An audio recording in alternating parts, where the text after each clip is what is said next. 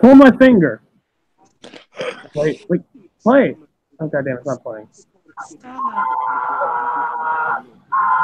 There you go. TPA podcast. What's up? I had to get that Sam Kennison screen. We got a lot of shit to talk about. TPA podcast, Team Petty Asshole here. Why is the camera on? Why is my ugly face on here? Well, I got a story for you. And it's this fucking thing right here. I'm a fucking idiot. Alright. So, this thing almost came off.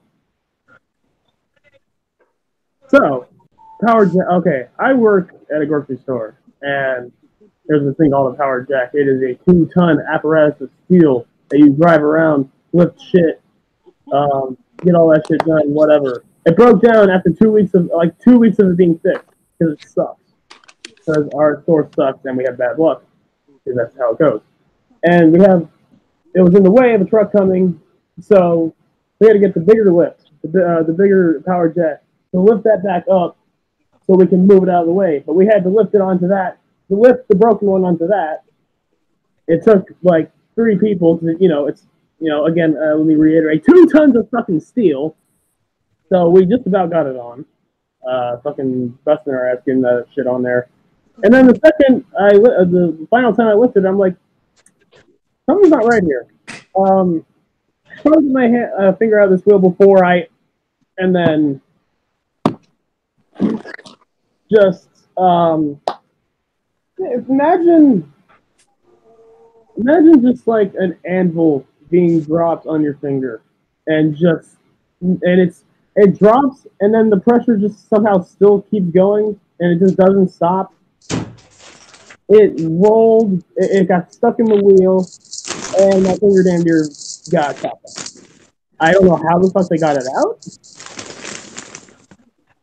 But yeah, lesson learned, kids. Don't put your finger in a fucking wheel of a fucking power jack, or you'll lose a goddamn finger. I don't know how I fucking have this back, but yeah, this is what I get for being an idiot. Lesson learned. But yeah, Well, I mean, here's a question I actually wanted to ask you about that. Like, here's a question I wanted to ask you about that. Like, why at a grocery store do you even need a power jack? Like, you've never heard. We have pallets of, because I mean, we gotta get the food somehow. We gotta get everything in somehow. The pallets there's pallets filled with food and shit. I'm saying like they don't have like a step ladder. No, we have to like pull them in for we get truckloads of shit that we have to pull. Okay, I thought so it was we use those to move them back into the back room. Okay, I thought it was like a high shelf kind of thing. No, nothing like that. No, this is when we first get the shit. Okay. See, this is why I sit my ass down. I can't do none of this. Guys, this is what happens when you try. This is what happens when you try to help people. Don't. They better be paying you good fucking money now. You're damn right. Actually, no, maybe you do try. And then just, actually, that's a great idea. Just get hurt and get free days. You're good. Well, I mean, how good is workers' comp at a grocery store? That's pretty. For me, that's pretty good. Not gonna lie. Okay. Yeah, and I barely even reacted. I was in there, and I'm just like, this is a fucking problem. Fuck, I try to help, and then this is what happens. And I'm like, probably, can you guys try to get this out? It's kind of starting to hurt. And I'm like, okay, I finally got it out. Maybe it won't be too bad. Oh, fuck, I see just blood. And then, squirting out. And I'm like, okay, this is not good. And then they wrapped it up. But, lesson learned. Don't put your fucking finger in the wheel of a power jack. Even if it's broken. That's what'll happen. But anyways, my Sam Kennison thing didn't want to play, so fucking the whole goddamn joke didn't work. So whatever. Who cares about that? We got wrestling shit to get to. Let me turn my camera off. No one wants to see my fucking face. There we go. I mean, I like your face. I don't. So I really don't. Thank you, Aisha, for being truthful. I mean, I was being truthful, but I mean, sure. But no, that's no. After what you showed me yesterday, I don't like it. Yeah, well, there's a reason why I showed you that. There's a reason why I showed you the room. But before I get to that, we gotta talk about Raw. Oh man. Here we go. Oh no, well, yes, yeah, Raw was amazing. Yeah, this is actually one of the few good parts of this week that we get to talk about. Okay, well, the big dog is back, baby. Congratulations to him. 4 fucking months. 4 months. Finally has his cancer back in readmission. He's back. Roman Reigns is finally back. The promo he cut was fucking great. It was genuine, sincere. It was heartfelt. It was one of the best Raw moments I've ever seen. This Raw is one of the best Raws I've seen in a long ass time. Really, just because of the Roman thing. Like, let alone, I thought the show as a whole was pretty good, but this show will be remembered for Roman Reigns and that announcement. And that alone, his return is what helped Raw ratings go back to 3.0 that first hour. Exactly. And Roman Reigns, this whole story has been big news. It's been a Good Morning America. It's been trending forever. It's been everywhere, and it deserves to be, because it's about time Roman got some love for the fucking hard work and the shit he's put himself through. I mean, it was so big. Even I think it was the National Leukemia Treatment. Yeah. Twitter. I can't remember the name of the company. The treatment center, but they got Leukemia Care. Leukemia Care. They got in on it too on their Twitter. It's crazy because Roman pulled a John Cena in that he came back from something that it wasn't even like we had a timetable when he could come back. We had no idea. With John Cena, it was a horrible injury. Yes, it was like a pec tear. Well, he's had several horrible injuries. He had the fucking ball on his elbow. He had the neck. He had his neck. The neck. Oh, God, the neck one. Yeah. And he came back in 4 months' time, right? So he can probably have a Mania match, because you have to think he might have a Mania match at this point. And you know what? I don't care. I would at this rate, with how hot he is, I would put him in the Universal title match, because let's be real, he's never lost it. He's never lost that title. He has all the right to a rematch. He does, unless they still gonna continue that. Oh, no one. If you lose the title, you don't get an automatic rematch. No, quote unquote lose. He didn't lose it. He didn't lose it. I mean, you know that situation. And here's the thing: if that's what they do, have Roman go over Brock clean. And also, if that rule is in place, how do you explain Charlotte? Nepotism. Well, Roman Reigns has nepotism. Roman Reigns. Vince. He put her. Same with Roman Reigns. Vince and nepotism. Even more so now. Yeah, exactly. But I just want to go on a little rant with this, because I do too. There's been certain people out there, including Dave Meltzer. Fuck him. Can we not mention his name? Trying to overanalyze, say that, Roman never went into details over what with his leukemia. He came back. Actually, listen to. He just happened to come back before WrestleMania. So this all must be a look. So what you're telling me is, you really think WWE would take their top star they have been building for 4 fucking years? They finally let him beat Brock at SummerSlam to become Universal Champion. He had this Universal title reign for all but 2 months. He beats Finn for the belt. They're in the middle of a Shield reunion, and he's supposed to be going to what's that pay-per-view, that Saudi Arabia pay-per-view in a triple threat. And you think this is a work in which they take the belt off of him? He's off TV for 4 fucking months, in which he misses TLC. He misses that Saudi Arabia show. He misses the Rumble. He more likely would have went into WrestleMania as champion. He was their top draw in merch sales. You really think they would have done that and took the belt off? For what? Here's the thing. Imagine Asia. Imagine this. They tried to do this stunt, this really risky stunt, and it gets exposed. The WWE is fucked. Exactly, because they would never recover. Let me chime in for a second, because not only would the fans be upset with them, Their employees would be upset with them. Their sponsors would be upset with them. Their shareholders, the charities that they do would be pissed off at them. Why risk all of that? For 4 months! For 4 months! This makes no sense because Roman never wanted to talk about his leukemia in the first place. He had every admission the first fucking time. He never wanted to talk about it before. That's the thing. What do you mean? If they were gonna work this, they wouldn't have done it for only 4 months. That's stupid as fuck for 4 months, and when she misses the Rumble. Not to mention too. And would they have to go back to fucking Brock and put the belt back on him? That makes no fucking sense. In which, let's be real, Brock probably didn't want the belt back to begin with.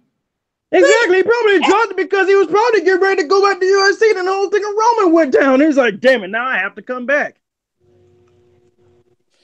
That makes no fucking sense, but yet no one was saying, oh, the whole Daniel Bryan situation was a fucking work in which how he went into retirement and then he came back out of retirement 3 fucking years. No one's saying that about that precious Daniel Bryan. Everyone's hatred for Roman is just too far. Just say you don't like Roman and go about your fucking day. Just say you want him dead. Like, just be that. Here's so basically, they were expecting Roman to be in a sick bed with tubes all over his body. Here's the problem with that. Here's the problem with that. They want like, where's the doctor's note? Where's the paperwork? They want all the fucking info to or else it's not it's not real. Nigga, are you a fucking doctor? Oh no. Then. Which Cliff about that again? Roman can reveal as many details as he wants to, and he probably doesn't want to reveal much of them because he never wanted to do this announcement in the first place. Here's the thing. People are talking about, oh, why does WWE just release the doctor's notes? They can't do that because they be violating HIPAA, which Chris Saban did, which caused him the lawsuit to get CM Punk. You fucking idiots. Unless Roman wanted to go onto say what type he has, that's up to Roman. That's not up to y'all, because he does not owe y'all anything. His livelihood is not your fucking responsibility or your fucking right. And here's the thing, Leukemia Care already did a thread on this. They even said, hey, if you have leukemia and you've had remission before and it comes back, hey, you don't always lose your hair. Hey, you don't always look sickly. Cancer. Exactly. It's not as strong as it was it's usually not as strong as it was the first time. And here's another thing that they're not getting. Roman's fucking rich, so he's got the money to pay to get the best care humanly possible. He didn't have that the first time he had leukemia. Not to mention, it's not even just his money too. Vince probably also had a hand in it. Exactly. Dude, this is Vince's face replacing for Cena. You really think Vince ain't gonna put in the money to help this man get better? And wasn't Roman just starting to sort of get over with the Shield shit? Yes. Well, why would you cut that off?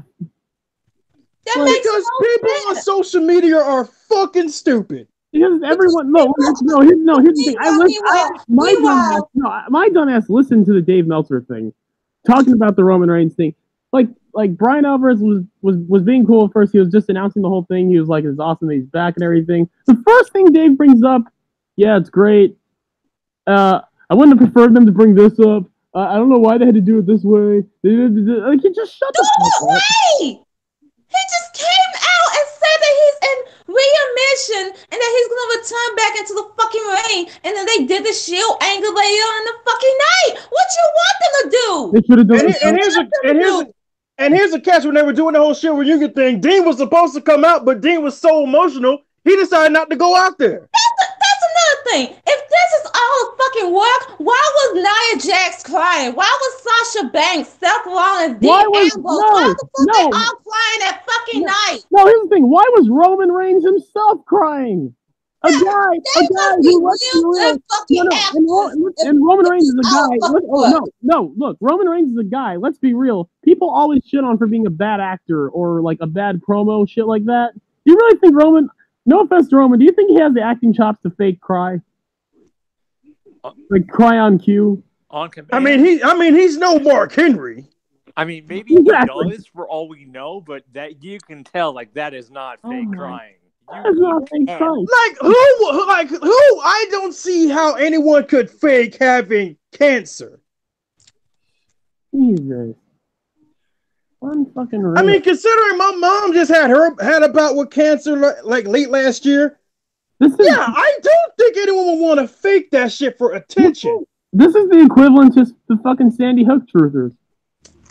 Do people honestly think Roman Reigns really want to use his cancer so fans can fucking like him? These musty ass fans that probably ain't got no fucking life of their fucking own. We remember. Has Roman Reigns ever seemed to care about the fans? He does not want y'all stank ass. All he cares about is he's getting paid and he's doing what he loves. Look, I don't think he's gonna fake cancer to get approval. Here's the thing: Roman probably does care about the fans, his fans. He does not care about the assholes. It's the Psycho Sid / Diesel thing. I'm gonna fist bump the fans that are cool with me, and I ain't gonna do it to the ones that aren't. There you go. Exactly. Like if you like me, I'm cool with y'all. If not, okay, then that's fine. I don't give a fuck about you. I don't give a fuck about you. I remember Roman Reigns being in an interview. He got a lot of heat for this, but it's like, dude, I'm getting paid. I'm in the main event. I don't give a shit. You know what? Respect to that. Get that money and do your fucking work. You know what? I can't wait. I can't wait for them to put the belt back on Roman and for it to be Roman's time again. Because let's be real, none of your fucking faves that were on fucking Raw, especially in the men's division, has stepped the fuck up when he was gone. Everyone was trying to say that Roman should be out the fucking spotlight. And the minute he's out the fucking spotlight, no one fucking wants to step up. Let's keep it all the way 100. No. One person did step up. Becky Lynch. Becky fucking Lynch, she stepped up. Exactly, like the whole line was just empty. Becky Lynch just came into the throne and was just like, there's no line. Oh shit, there's the throne. Let me sit down. Fucking months, and none of them fucking stepped up. But y'all gonna say, well, it's bad booking. Well, they want to give him. You are giving 4 months, and now Roman is back. And here's the thing, ladies and gentlemen. No, Brock does not count. Brock never counts. He was already a star. He was already there. He don't count. No, if anything, he stepped back down. If anything, Brock got even more complacent because he got even more bored. He felt like, well, I guess I gotta be champion now. Oh, all right. I guess I'll take this belt. Fucking bullshit, dumbass fans, because y'all hate Roman Reigns. That's fucking bad. But yeah, y'all fave doesn't want to step up, and then you claim it's all WWE's fucking fault. No, that's your fave fault because they keep giving us mediocre fucking matches. Oh, by the way, I have to bring even to an extent. They've been doing it with Drew, and I love Drew. I always said Drew was gonna be the one to take the spot from Roman. Nope. Not with how they're booking him right. Not with the Baron Corbin shit. Oh. Not with Drew, like against what Asia's saying, with Drew, it has been booking, because what do they keep doing with Drew? They get him up to a certain point of overness, and they stick him with an albatross. They stuck him with Ziggler. After they dropped him off with Ziggler, they had Ziggler eliminate him in Rumble. Then they stuck him with Corbin's bitch ass. Again, this is the second time they've done this. Oh God, this is twice. To be Corbin's henchman. Because we got to push Corbin?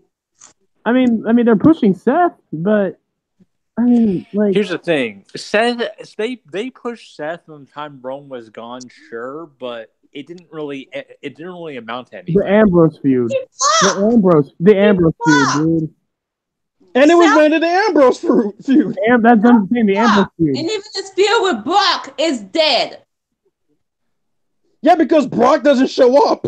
Brock doesn't show up, and Seth is not doing it for me in this feud right now. He's not. Yeah. Now, I'm not saying all the men haven't stepped up in general. All the men on Raw. Now, on SmackDown, you got Kofi Kingston stepping up.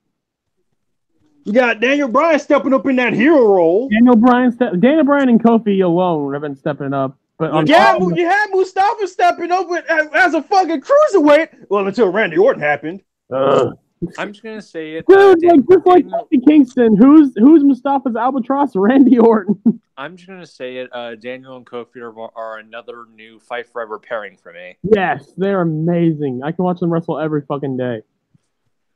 You know how bad. I'm sorry, Asian, but you know how bad it was on Raw. They had to call up four of NXT's best. They had to call up the top 4 from NXT to come to Raw. That's how bad these motherfuckers was doing on Raw. And those 4 killed it, by the way. Absolutely. Oh my god.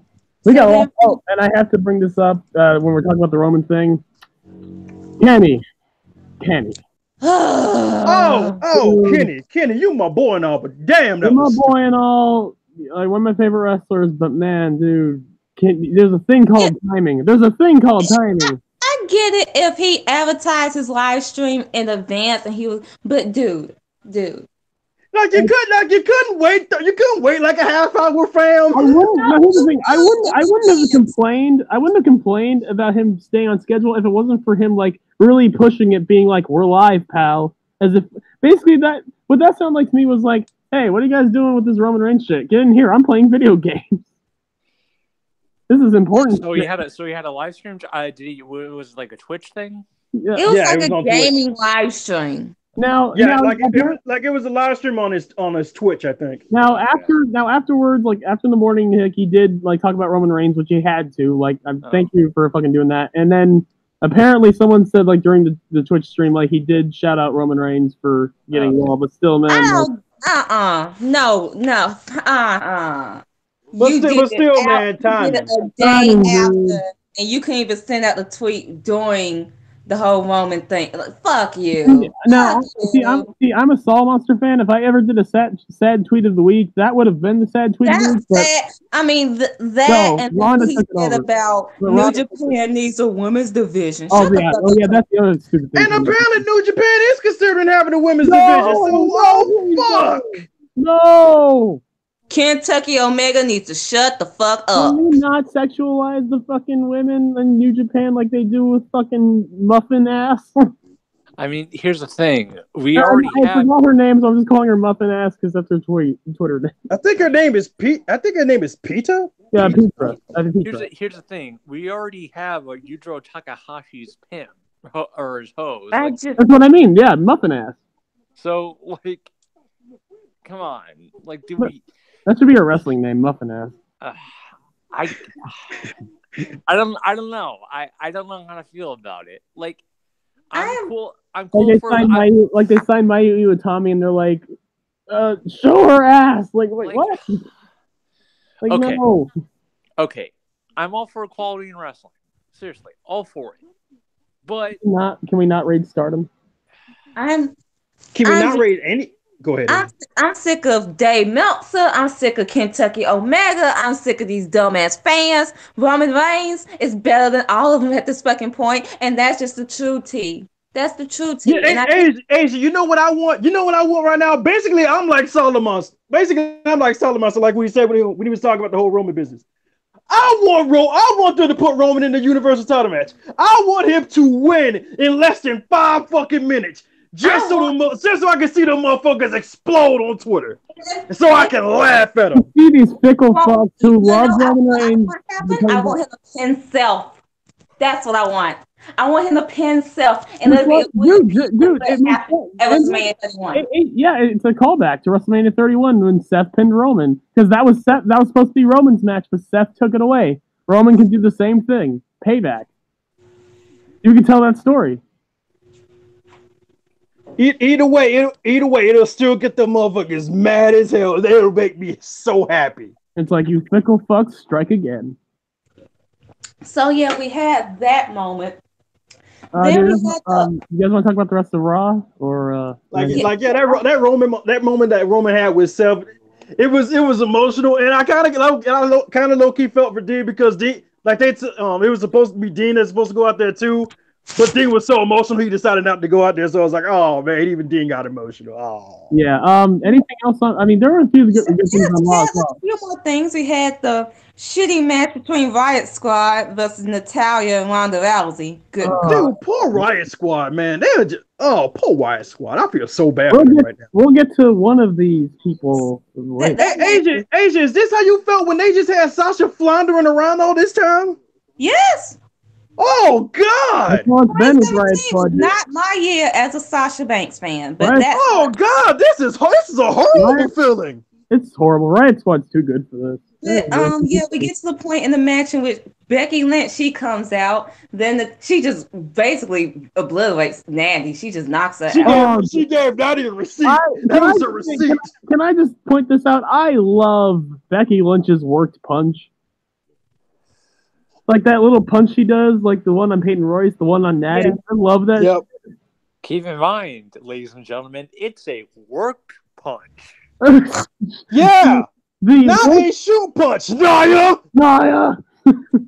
So yeah, she takes out Natalya. Then Ronda wants to get in her face. They go at it, and then the security and then police come down and they arrest Becky Lynch. And this is a week after Ronda was being so apologetic for Becky Lynch, being like, "You have to let her in the match. Let her in the match." The ginger douche.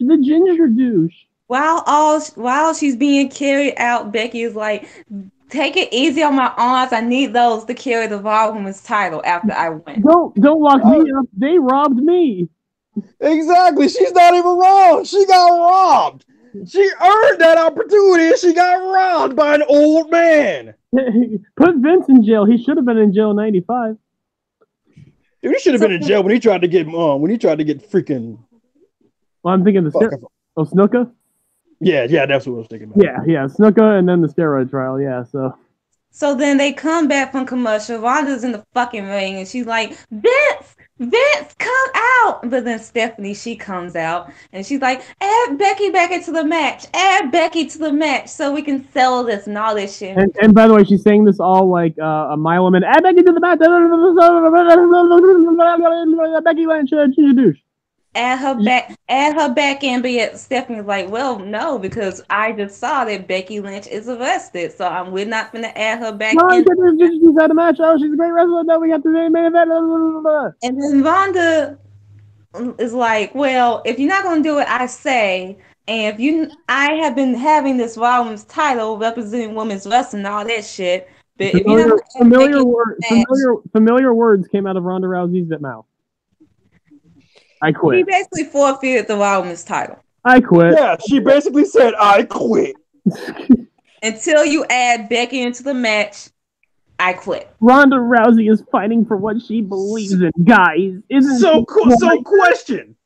Question. Until they add Becky back into the match, is Charlotte now the women's champion? Yes, the main event for WrestleMania. That's the thing, because Charlotte, she cut a promo basically saying that Becky, she's a criminal, Ronda is a quitter, and I'm going to show up on Raw, and Vince is going to hand me the Raw Women's title. Oh, I can't wait. Dude. So basically, Charlotte's going to get the women's championship without even doing a goddamn thing. No, they should have had it. They should have advertised it where at WrestleMania they're gonna the main event will be Charlotte being coronated the championship. I would actually like that, to be honest. I would have liked. Honestly, I would not put it past them to do that. The main event coronation of the Queen. I mean, it's probably gonna result in some fans throwing trash into the ring, but hey, that's a good way to get that heel heat, brother. Oh my God, Charlotte's been getting all that heat, and honestly, I'm fine with Charlotte. I mean, she still sucks in some ways, but you know, she's been getting all the heat and not doing absolutely nothing. What I've been saying with the Ronda thing, fight the real enemy. It ain't Charlotte. Charlotte is an innocent bystander in this whole thing. So then we get to the end of Raw, because practically there was like nothing else. Like it was Finn, I have to say this: Finn Balor hit probably the best coup de grace I've ever seen. Oh yeah, Leo Rush versus Finn Balor was actually pretty good. They actually finally showcased Leo Rush. Yeah, you guys see the picture of the coup de grace Finn did? His knees hit his fucking head. He got so high in the air. I'm gonna show you guys. Finn is known for doing that type of shit, though. Like he did like the biggest air squat I've ever seen in my life. It was absurd. How Leo didn't die shows how fucking good Finn Balor is. Because anyone else doing something like that, oh my god, fucking incredible. Finn Balor almost stepped up. He's one of the people that almost stepped up. Almost, but almost doesn't count, sis. Does the way they book Finn kind of a way to count? Nah. Yeah, because they booked him like that for maybe like a month. For a month. Honestly, yeah. And they booked Finn like shit ever since he came back from that damn shoulder injury. I mean, they made him IC champion, thankfully, but yeah. It's a start. So we get to the end of Raw, in which they've been advertising throughout the whole, 2 or 3 weeks at this point. Ric Flair, 70th birthday. Oh god, is it bad that I almost forgot about this? Bro, I low-key forgot about it, so they started bringing everybody out. Yeah, they brought everyone out. They brought all the superstars out. They brought out Shawn Michaels, Ricky the Dragon Steamboat. They brought out Sting. They brought out, who else did they bring out? Sting just so tough falling when he came out. I swear, I was like, damn, the Sting really do have legit even Rollins for that shit. Wait a minute. Because remember in Sting's Hall of Fame speech, didn't he give a shout out to Seth Rollins for being amazing or something? Yeah. He did. And it's like, he just walked clean past stuff, and I was like, damn. It's like, well, the company told me to say that, but I really fucking hate your guts, Seth. Oh my goodness. But yeah, so they came out all for the 70th birthday of the wrinkly old Rick. And so they announced Rick to come out. We okay. Like before then, we just have to note another return. They finally brought back the old world title. Oh yeah. Yes. That was great. Well, I missed that title so fucking much. So beautiful, especially when looking at that shitty Universal title, looking at that World Heavyweight title, it's like, oh yeah. Ooh. Oh, that hits the spot. That's the spot right there. Yep. So, yeah. And then they go to announce Nate, and he's not showing up. I wonder why. They go backstage and they see this person bringing out a guy dragging a cameraman, and the camera pans up, and who is it? It's not no other than the Drax. Dave Batista. Yeah, no, Becky did not escape prison. Oh yeah, we didn't mention that. Becky was in prison. Yes, Becky got locked up. Locked up. They did the mug shots. We'll get to the mug shots later. They play a part in another story. But yeah, like Becky did not escape jail to beat up Ric Flair as we thought. It was Drax the fucking Destroyer, Batista, who is people were really on Twitter upset that Becky didn't do it. I was like, how the hell was Becky gonna get out, and two, how the hell was she gonna make it back to the arena in time? It's not that. It's just when I first saw it, it just felt like random. And it's which is good. All that is good, but the way they sort of did it is just kind of like, do I have your attention now? It's Batista here's the thing. Hang on, Cliff. Let me just explain this. Here's the thing. Here's why it's not random. Because you have to remember SmackDown 1000. Remember what Batista told Triple H? He said he's done everything in his business except beat me, and Triple H ignored it. That's my point. You had SmackDown 1000 to get his attention. You got his attention, but you didn't like. But the weird thing, but he was chummy with Rick. So here's the thing. Batista didn't get Hunter's attention. He got it for a little bit, but Triple H let Ric Flair talk him out of it. He let Ric Flair calm everything down, and Batista just thought to himself, "Okay, then, in order for me to fully get your attention, I have to do something drastic." What was a drastic measure? He had to beat up Nate. I mean, that definitely would have got his attention. Yeah, it's basically Triple H's fucking hero. Exactly. Yeah. He was either beat up Nate or beat up Shawn Michaels. Or beat up Stephanie. Nah, because then Mattel would get upset. Yeah, exactly. And then when you get that face of Triple H doing that when Orton did it, I'll never get tired of that meme with Triple H making that mean face. But yeah, that's why it made sense to me, because I instantly flashed back to SmackDown 1000, because Nate's calmed everything down, and Batista was like, okay, in order for me to get my match, in order for me to get you mad enough to face me at WrestleMania, I gotta beat Nate up. Mm-hmm. I don't want to do it, but I have to do it. But it's just weird. Like Batista as a heel. I guess that does make sense. But when I looked on the Becky spectrum, it's like, okay, of course, it's Ric Flair's birthday. Charlotte stole her opportunity. Charlotte wasn't even there at the party, so it made even more sense. And then Becky, she could have just fought her way out of the handcuffs and all that shit. But now to think about it, maybe if Becky wanted to send a message to Charlotte, that probably wouldn't have done the job because it looks like Charlotte doesn't give a shit about her father. Well, I mean, yeah, she didn't give a shit. She didn't. So maybe Becky beating up Ric Flair would have done nothing. Yeah. Yeah, like I understand from the Becky spectrum, but I would have always had the question: one, how did Becky get out? And two, how did she get back to the arena? Like that quickly. Time to beat up Nate. Drive a police car. She could have did it. But how far is the arena from the police station though? That's the question.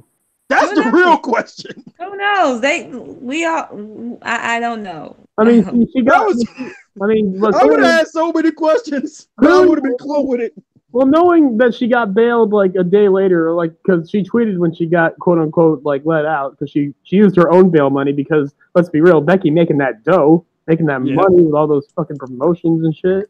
Or she escaped. The Kill Bill style, baby. But yeah, Jesus, I like the segment at first, but I can see why it's kind of weird. It's weird because the SmackDown 1000, Batista was so over as like the loved babyface, and now you see him here, and he's like this evil bastard. It's like, well I do like the fact that he is gonna be the heel. No, Batista as a heel is always best, but like he's so over. He a heel because it's Triple H a face? Because he is a heel. He's a heel because you're attacking Ric Flair on his fucking birthday. That's a heel I just don't see the fans booing Batista and cheering Triple H in this scenario.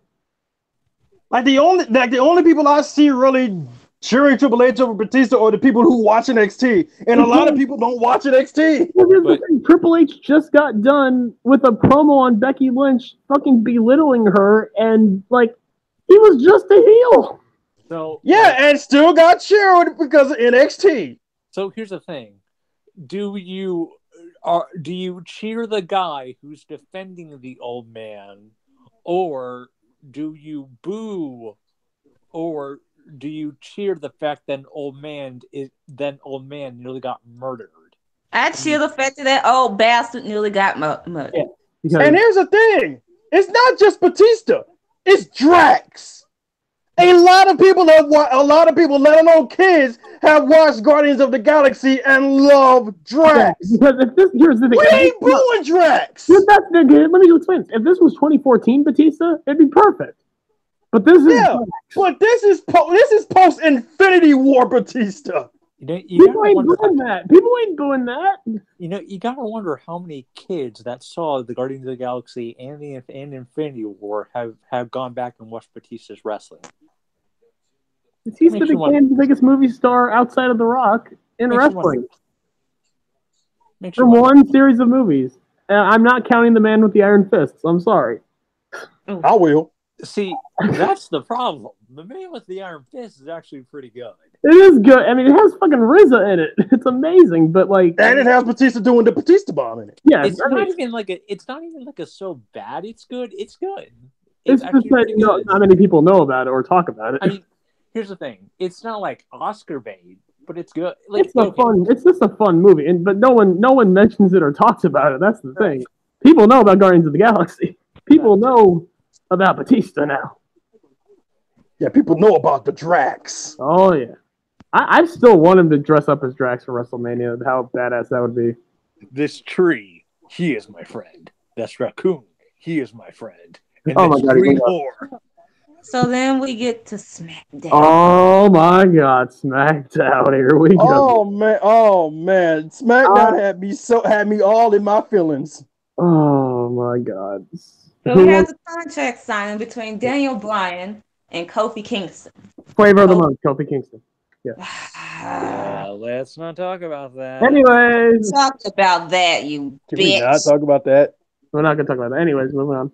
So Kofi Kingston, he comes out. Before that, they show this like amazing like highlight reel of all Kofi's accomplishments, him becoming IC champion, him becoming US champion, his moments at the Rumble, and then Kofi, eight-time tag team champion? Yeah, practically. Yep. Well, I mean, would they mention Evan Bourne though, because he was part of that, and well, Evan Bourne. They would mention Evan Bourne before they mentioned his tag reign with Punk. I mean, they can mention that he had a reign as tag champions. They just won't mention that it was with Punk. Yeah. So finally, Kofi comes out. He's cutting his promo. It took him 11 years to finally get to this fucking moment, and he's gonna do to Daniel. He's gonna beat Daniel and become WWE champion. Extremely over. Kofi chants throughout the night. He was so happy. And then it got ruined. Just when Kofi's about to sign that contract, we see that old bastard. The old man showed up and was like, hang on. I'm seeing everybody having fun out here, and I gotta ruin it because I'm old. I noticed something when I saw Daniel and Kofi. Kofi's black. I have a black man going after my championship. What is this? Said that while he respect Kofi for all he done for the company, he was so condescending with it. He was like, "It's tremendous. Oh, tremendous hard work you put in the years. Oh, great, tremendous." He said that he needs to do what's right for box office, for tickets, for what the fans would want to see. Kevin Owens is right for box office. So wait, sorry, Asia. Sorry to cut you off. I just want to get this point in real quick. So technically speaking, Vince McMahon is like, hey, I want to give the fans something they want to see. So he brings out Kevin Owens. Does that mean Vince understands the indies? Kofi's oh my God, I never thought of that. Maybe think of it. No. But no, because here's the thing. Why did he send out Charlotte for the Ronda Becky thing? Yeah. See, at this point, I'm like, okay, so we're gonna keep giving white mediocrity more opportunities. Imagine if it was on Raw, I'd be like, we need Mercedes Martinez. We're gonna keep doing this, right? We're gonna keep. At this point, I was like, Vince I would have been more pissed off if you put Randy Orton in this spot. Dude, here's the thing. I was fully expecting him to send out AJ.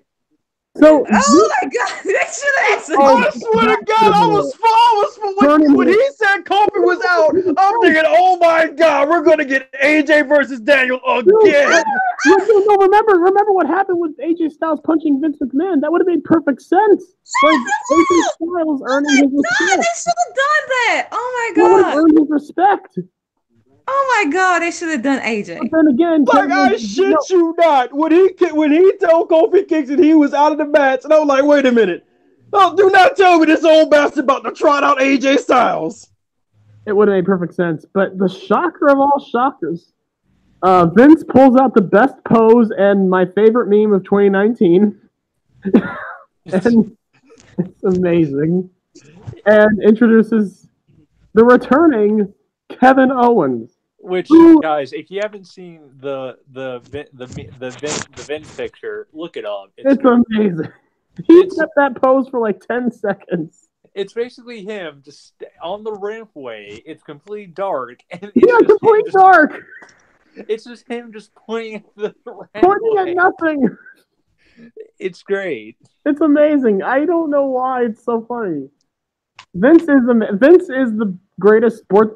Vince is the worst wrestler of all time, but he's the greatest sports entertainer of all time. Absolutely, because he knows how to piss you off. Exactly, dude. Like him as a heel. Oh my God, he did this. I wouldn't say this. What was this as big as the Charlotte thing, or like a little bit less? I don't know. No, it's still a little bit less. Even though we were really behind Kofi, here was the thing. Like Kofi just got his match by beating Bryan. Becky won the Women's Royal Rumble. Yeah. And she had a snatch from her just for Charlotte. No, I mean, Kofi did earn it in that number one contenders match, but still, like, Y'all know what this means now, though, right? What? We're getting it. WrestleMania. Kofi Mania is in full effect now. Fucking I'm telling you. Not KO Mania.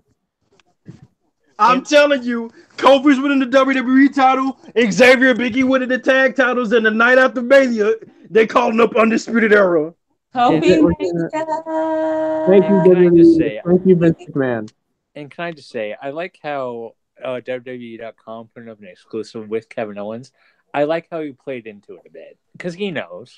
And that's the thing; they're bringing him back, and they're technically trotting him out as a babyface, but like they know. Well, again, he knows. Because like that, if you watch that exclusive, he even says like, "Yeah, I hear about Kofi Mania." Yeah. Now, granted, the way he was talking about Kofi and about his family, like you could tell he was playing himself a lot more. Now here's how. I mean, it shows how over Kevin Owens is when he can still get babyface reactions after that. Right. That shows how over Kevin Owens is. But that is not going to last. Oh, it's not going to last. Like he's not like compared to Kofi. Like no, if it's KO versus Kofi, they're cheering Kofi all the way. Like, but I'm just saying, like, like anyone else would have gotten booed out of the building. But with the reaction to Kevin Owens was more of like just a shock. Like what? Which KO can play the bad guy great. We know this. Yeah, I mean they booed, but like it wasn't the level of Charlotte. I mean the fact that he brought out a fucking stunner and pinned the WWE champion Bryan. Exactly, he won with the stunner. I'm so proud of him. By the way, Mustafa Ali, Kofi Kingston, and now Kevin Owens has pinned the WWE champion. Fuck that vegan fuck. Fuck Daniel. Dana Bryan. See, that's what I love. We have a champion that is beatable. AJ. Ronda. Fucking AJ. Brock. Oh God. Ronda. Don't even get me started. Lord have mercy. Brock, we'll give you a pass because you're never there. Ronda, you don't get that treatment. Yeah, Brock gets a pass because he barely shows up. So then it's a pass for being lazy. We get a stupid Charlotte promo. We were supposed to get Gargano versus the card subject to change. Because Ciampa is legit injured his knee in that kerfuffle with Sheamus last week. Oh no, it's his neck. Yeah, his neck. It's his neck. Oh, I thought it was his knee. No, he has something even worse. Yeah. Oh God, it's his neck. Yes. Yep. Oh God, you told me Ciampa's like him. Oh no, Ciampa's like Caribou. You're having it go wild now too. You have no idea how frightened I am right now. He's been having it for like a couple of weeks. No, I still don't get why they couldn't because it was supposed to be Gargano, not Ciampa. It's supposed to be Gargano, yeah. But Ciampa was supposed to face Sheamus later on in the show, though. But they were both facing both members of the Bar. Well, they could have still, whatever. But man, thankfully they did the tapings until March 3rd because that's the next set of tapings. Wait, no, March 13th. How great Ciampa was in NXT. One of the best, to me, the best NXT champion of all time. Better than even Finn Balor. I mean, him coming to the main roster. I'll let you. Sorry, Brandon. Well, I was just gonna say, we can take solace in the fact that at least Ciampa is going to be out for an estimated few weeks. It's not like he's going to be out indefinitely. It's not like Edge, right? Thankfully, it's not like Hiromu either, right? He doesn't need to wrestle on the tapings. It's just he's going to be out for a little bit, and then he has to wrestle at Takeover. It's just kind of disheartening that it happened right as he got called up. It's like the revival. We just don't know how much of the extent is the neck injury. Right. I mean, here's the thing: if he's able to walk, but he can't wrestle for a bit, just have him go. Not promos. Yeah, dude. Like have him do like what he was in NXT. Like have him in the back of a truck cutting those promos that he was cutting. Because if you can use Ciampa in any way, do it. Yeah. I mean, have him rehab, of course, but like he can sit there and do promos. Yeah, and he's really good at promos. Absolutely have him do promos. It's just sad because I know, like, with Ciampa almost got screwed over in NXT with his injury because he was supposed to get that push a long while before it happened, but you know, like he persevered through that and became the hottest act in NXT because he's just that fucking great. He'll do it again. I know he will. It's kind of disheartening that it happens like right as he gets called up. It's very disheartening. Yeah. Then we got an R-Truth open challenge. Yes, finally someone brought up the John Cena thing when it comes to open challenges. Yes. Finally. And yeah, like who Johnny comes out and then Rey Mysterio just runs past him. Like literally ran past him as he was walking to the ring. Like you just hear Ray's music and Ray just darts past him. Like, wait a minute. It's like that guy who thinks he's won the race. It's that guy who thinks he's won the race and no one's gonna catch him. He's like, I'm just gonna stroll my way through. Fuck you, bitch, and just passes him. Run through the tape. Awesome triple threat, and at this point, I was like convinced that Andrade was winning the belt. I swear, and R-Truth surprised us all when he actually won. I like R-Truth's reign. Let it. I mean, I want Ray versus Andrade, but let R-Truth's reign run till Mania. Okay. Yeah. They're not going to do it though, are they? You know what? Screw Hell it. no, that reign is ending that fast lane, brother. I was gonna say screw it. Have Truth break Dean's record. Go for it. Go for it. No. No. Damn. No. Damn. No. We're not going there. But yeah, like it's probably gonna be R-Truth versus yeah. Like he's losing that belt, unfortunately. Like I hope they give R-Truth something because like he got really over with the fucking dance break thing. There was a point in time where R-Truth during the Miz versus Daniel Bryan feud was the most over of the whole feud. R-Truth. Yep. More than Miz and more than Bryan. I think we should give him something for WrestleMania. I don't think they're going to give him anything. They're going to have him drop him just for the years that he's put in, and like the role that he's like became comfortable in, like R-Truth versus Jushin Thunder Liger for WrestleMania. Yes, do it. And no, not the respectable wrestler Jushin Liger. I want PWG Jushin Thunder Liger. Yes, I want asshole Brain Liger. We saw the return of the Hardy Boys. Yeah, that was the thing that threw me. Like I'm done mad, fucking retired. And no, that's the thing. I originally thought that's why Gargano and Ciampa weren't on the show because it was a last minute thing. Matt Hardy coming back. We thought Matt retired. We think Jeff. He saw retirement and deleted it. Exactly. He looks in good shape. He was ripped. It's the best I've seen him in a long time. Yes, definitely. It beats 2000. All I gotta say, Matt, just don't do the leg drop no more. Dude, it beats Matt Hardy from 10 years ago, 2009. Oh, absolutely. Matt Hardy.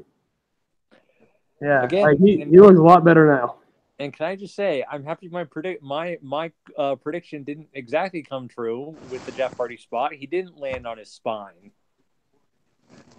I mean, well, at the Chamber, he landed on the post, but on someone else's spine. Because you even made the prediction that he was going to do the Swanton Bomb onto the ring post. He kind of did, but it was just on someone else. I'm just glad he's somewhat okay. Somewhat okay.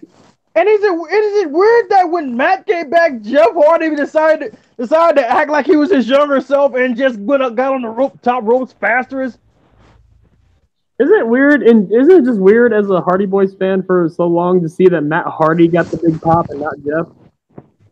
Well, I mean, Jeff still gets big pops. But no, when Matt Hardy came back, that's what like everyone was like talking about. Yeah. I'm just saying. Well, I think it's because when you think someone retires, but they come back. I'm just saying. I mean, just broken Matt Hardy has been over as fucking general. So like, yeah. And I want those segments back. Yes. Come on, let's go. I want a fucking Easter. I want something for Easter. Something like that.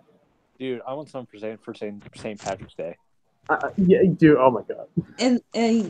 And then we get to no Asuka on the show. Of course we do. Of course we don't, because hey, who wants to see the SmackDown Women's Champion? The 4 weeks after the the weeks after the Royal Rumble, we've seen Asuka once. One time. And she lost to Mandy Rose.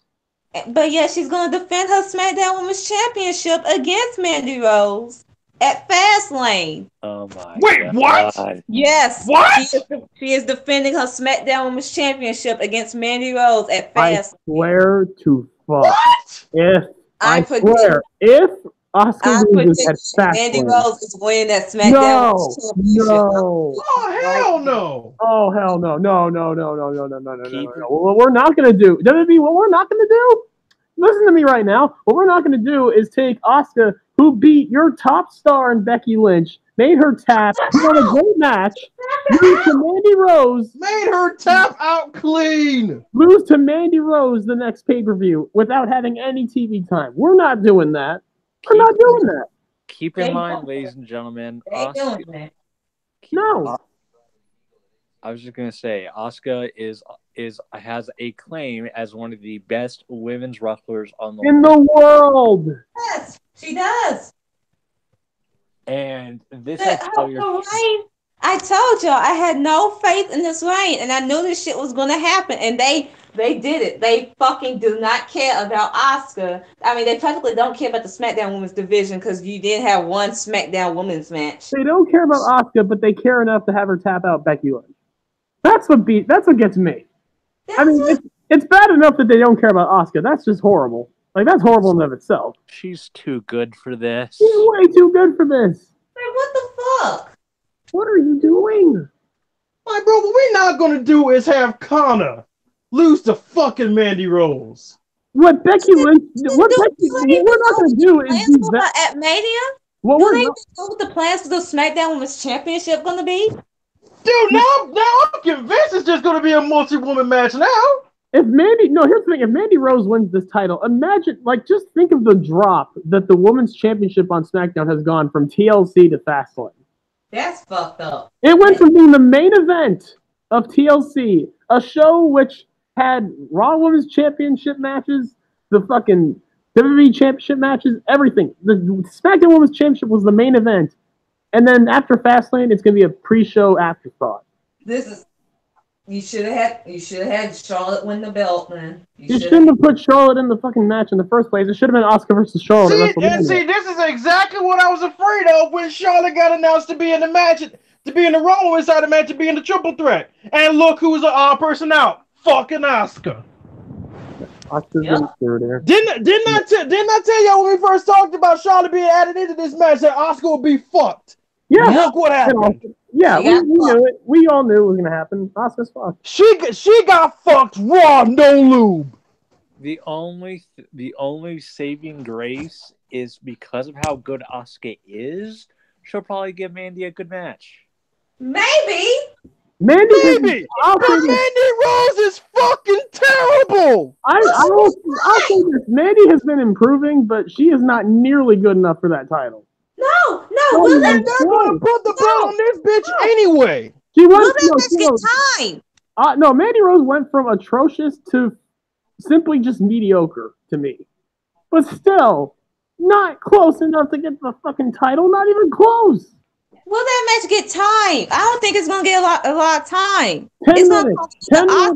10 minutes at the most. It's probably gonna be like Carmella Asuka, if anything. Oh my god. And where's Sonya Deville and all? Here I'm gonna say this: the only way they can ever salvage this, if Mandy does somehow win, is if you do lead this into Mandy versus Sonya at WrestleMania. Yes, dude. At Mania or Mandy Naomi. That too. But honestly, let's do Sonya. That's Mandy. the only way. Yeah, because I can see the story. Mandy beats Asuka for the title. Mandy gets a big head, and Sonya's like, you do realize most of the time it's because of me that you win. And then finally, Sonya just gets sick of Mandy's shit. Dude, please to the non-existent God above. Yes, of course. But here's the thing. Even if that does happen, 10 times out of 10, that's going to be on the fucking pre-show. On the pre-show, yes. exactly. On the pre-show. And there's basically they're going to get a SmackDown Women's Championship through Cruiserweight title treatment, when Pac fucking had it. All I'm saying is, if Mandy Rose wins, that's the best case scenario. That would be the best case scenario if Mandy Rose wins. But knowing WWE, they won't do it. And Cliff, I hate you right now for saying that because I have so many ideas in my head of how it could work. You want to know what I think the worst case scenario would be if Mandy won the title? It doesn't get defended at all. She gets added to the women's battle royal. Yeah, the women's title doesn't get defended at all. Oh my god. Seriously. That's the worst case scenario, and I pray to God that doesn't happen. The women's champion will be eliminated, and no one will even know it. If that's the case, I swear, man, we need to call up Zamasu and start the Zero Mortals plan. Becky Lynch did not resurrect this title for this. But speaking of women that went on the show SmackDown, Billie Kay, Peyton Royce of the Iconics want to throw shade at Sasha Banks and Bayley. So we're doing this. We're really doing this. I'll let you have this. Sasha Banks and Bayley showed the SmackDown. Well, I looked at SmackDown and I saw there was no Iconics. So, and then what happened on Twitter? Bayley and Sasha threw shade at y'all fucking asses saying how it's catering. I mean, do the Iconics not realize that they are defending the tag titles on all three brands? Granted, they're probably not going to be on all three brands every single show. It's basic wrestling. What the fuck? I mean, I guess their point was that Sasha and Bayley showed up on Raw and NXT, but they didn't show up on SmackDown. That's just probably because they probably had a live show during that, and they were defending the titles there. Probably because they were getting pops in NXT, and they got a reaction that not even the Iconics could fucking get. Here's the thing. It makes sense for one of the first places you go to when you say, hey, we're made on all three brands, is the brand that made you both. Exactly. The place that made you. Exactly. That would be the best place to go. And the place where you'll get the respect that you fucking should get every week. Let's be real. Which they did. They did. Thank you, Full Sail, for not sucking for once. Iconics need to shut the fuck up until they step up their wrestling fucking game. Shut the fuck up, bitch. Every crowd better be like goddamn Full Sail when Sasha and Bayley came out, because goddamn, they were treated like gods in that building. I mean, by the way, Bayley, pinned Nia. Good. Thank God. I'm loving Sasha and Bayley are finally getting the booking and respect that they deserve. We'll get to NXT because we're done with SmackDown. Now we go to NXT. Oh my God, this episode of NXT. Oh my God. The only bad part of NXT was that tag match, I skipped. Can we start with that? Yes. Vanessa. I can start with it because I ain't watching. Can I have this? Vanessa fucking Bourne is one of the worst wrestlers I've ever seen. Who? I'm sorry. I'm sorry. Vanessa Boring? Who? Vanessa Boring. You mean the bitch that they would always say cheer for me, and I always be like, no. This woman. The bitch was in my mentions that one time when she was upset that Kairi Sane won the belt. Let me just. She went in my. She came in my mentions too, Asia. She came in my mentions too. See, my strength is analogy. I heard her finish to the point where she blocked me. Oh my God. Damn. Awesome. That's great. I just want to confirm, Vanessa Bourne is not Vanessa Craven. Oh hell no! Not even close. No, wait, I heard Vanessa Craven got released, which is ridiculous. Well, yes, absolutely. That's stupid. You have a Nia Jax done right, and you release her. But you keep Nia Jax. You idiots. You fucking idiots. But on the right side, we got Jazzy Gabbert. Yes. Thank God. Oh my God. And we got Piper Niven too. And Kaylee Ray. And Isla Dragunov. God, NXT UK is getting everybody. And we have fucking Walter. Oh my God, it's so good. Oh. Dude, I'll wait for them to get Mark Haskins. But I'm just gonna say this right now. My strength is analogies, so I'm gonna put out the best analogy I possibly could for Vanessa Bourne. Her punches make Shane McMahon look like prime Mike Tyson. Damn. Oh, dear sweet Lord, really? Her punches are some of the worst work punches I've ever seen. See, I've never seen I can throw a better punch. Let me turn my camera on 1 second. Hold up 1 second. I can throw a better punch with this. I want to turn. Yeah, no. I can throw a better punch with this broken freaking finger. This hand. I can't even make a fist. I can make better punches than Vanessa Bourne. I have never. She punches with her. Not even her fist, her palm of her hand, but she would have it rolled up. I've never seen punches this bad. The match is so bad. It was so bad. I feel so bad for Xylee that she was stuck in that ring with all that mediocrity. Xylee was so. I mean, she looked like Shawn Michaels in that ring with. Okay. And Aaliyah looked like the Shawn Michaels to Vanessa's Marty Jannetty. Okay, there's there's closed fist punches in wrestling. There's the fist you're supposed to do. There's the fist that babyface does. Well, John Cena ruined that because right. There's open palms like Pancrase and other, aka Suzuki. There's Jenna Maraska's slap punch things that she did. Oh God, can we not talk about Jenna Maraska? That's a whole different topic. I don't even want to get into. There's the Walter / Kobashi chops. Oh, that just makes you hurt. Here's an underrated one: the Kyle O'Reilly palm strikes. Yes. Oh, I love Kyle's palm strikes. The Matt Riddle palm strikes. Yes. What Vanessa Bourne did. Vanessa punched like an 8-year-old trying not to hurt someone. But who was very bad in this match also? Tainara. Of course. Emphasis on. She was outside the ring. She was supposed to duck a kick from Aaliyah, but she missed the cue, so Aaliyah kicked her in the face. Didn't she hold it back? I thought she hold it back. Her selling was awful. Like, she was supposed to sell a punch from Vanessa by the end of the match, and her selling was trash. I don't see what anyone sees in this bitch. Her facial expressions are the worst. And yet y'all are tired of seeing NXT having all the indie people on NXT that want one of the homegrown talent. All right, then. All right. No, I don't want overset. I want a balance. I don't want an oversaturation of indies. And here's the thing. Here's the thing. Most of the like a good 95% of the homegrown talent is fucking awful. What I would have done, like develop these four, but maybe have a tag match with maybe throw in Tainara and Aaliyah, and then throw in an EO or fucking Mercedes. Like balance it out. Here's the thing, Asia, with the homegrown talent, I would agree with you if they I would agree with you if they were talented. You got exceptions to the rule, like Bianca, like Boogan. What the fuck? I can't say his last name. Eric Bugenhagen. Yeah. Velveteen Dream. And yet you got indie people that on the fucking main roster that fucking suck, like Billy Kay and Peyton fucking Royce. So shut the fuck up. Okay, then, yeah, you're right. There are people on the indies that suck, but again, you just put homegrown talent on the goddamn NXT shows. The NXT shows are going to be fucking awful. Here's what I would do. If you know these four, if you want to improve these four homegrown talent, how do you balance out when most of it is fucking garbage? Let them go and let them fucking develop.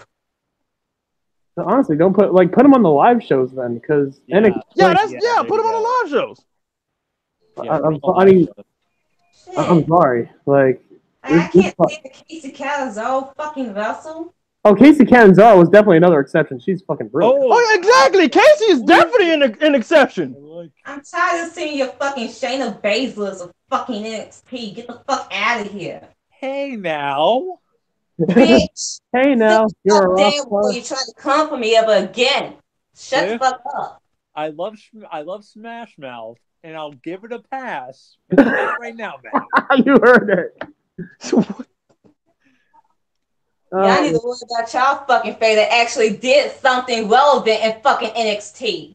I mean, currently one of my favorites is the NXT champion, but that's honestly, when you know you have four talents on the fucking main roster because the crowd don't even know what the fuck catch wrestling is, I'm gonna fucking laugh. It's not that hard. It's not that hard a concept. I'm just saying. Yeah. It isn't. But Brandon, you know how dumb people are. When it was actually fucking great back then, when they were actually developing homegrown talent and know what the fuck they do instead of having Andy Pussing fucking take over. And now I just gotta look at this okay, fuck this shit.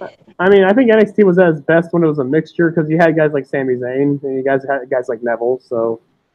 A mixture. Get the fuck out and shut the fuck up before you try to come for me ever again. Okay. And on that note, assholes try to come for me. Think y'all that big and bad. So, Becky and Sasha, Bailey and Sasha, dumbass. Sasha and Bailey. Dumbass. Y'all men are dumb as fuck. Oh. Brain lapse for a second. I'm sorry. Bailey and Sasha practically overshadowing anything that happened on this fucking show, including Keith Lee versus Dominic Dijak. They did. They got a bigger pop than anything on this fucking show. Yes. They didn't even have to fucking wrestle, and they were the biggest talking point of NXT fucking T. Yes. That's one problem. I wish they did. Fucking trash ass bitch. Y'all need to go worry about y'all fucking. Yeah, I mean, Asia says this, but she was losing her mind during the Keith Lee Dominic Dijak match, so it's all good. I mean, it was a good match, but again, Sasha finally needed this. Y'all better hope they capitalize on this, because if they don't, I'm gonna fucking laugh my ass off. If they're gonna cap, trust me. You better hope they do, and if they don't, they will. Jarvarus, can we attest for every match they've had, they will? Yes. Yeah, they will. Hope they capitalize, because if they don't, I'm gonna fucking laugh. That's gonna be delicious if they don't, because now y'all want to talk all this shit and try to come for me. Again, the only real. How the fuck did I come for you? All I did was make a fucking point. Explain to me exactly how I came to you when I was just trying to make an observation. Make the food. That's what you should have done. Man, fuck you, bro. Can we get on? Can we go on? Can we? Then Bianca Belair and Io Shirai, and Bianca Belair's gonna choke that fucking bitch out too. Well, if she does, good for you. So can I just say shut about the fuck up and let's keep this going, I just want please. to say about Bailey and Sasha real quick. I like the callback to Izzy. Small little thing. Yeah, I really like that too. And Sasha even had to and Bailey even had to point out, like, don't worry, she's a different person now. Sasha's a different person. She's changed. She's changed. And Izzy laughed it off. But remember, you guys saw the Bailey wrestling flow, right? Yeah. You saw how Izzy still is sour over Sasha Banks and that? Sour over what? No, because she made a comment being like, how dare you make a Sasha Banks wrestling flow before Bailey? How dare you? And then it shows flashbacks of Sasha tormenting Izzy. Poor. So Izzy was still sour over Sasha. It just took Bailey having her with her to kind of be like, okay, fine, she's okay now. She's good. That little girl needs to shut the fuck up. Yeah, that little girl got some fucking toot on her. I'm just saying,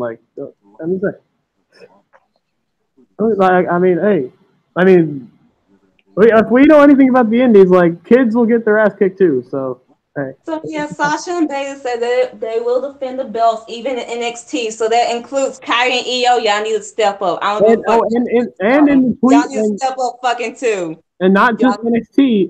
If you look at Sasha's tweet, NXT UK as well. Well, that goes for Rhea Ripley and any of the fucking bitches in NXT UK. All y'all need to step the fuck up. I don't give a fuck where y'all came from. If y'all came from the Indies or Stardom, it doesn't matter, because Sasha Banks and Bailey will beat the fuck out of you. Bailey came from Stardom.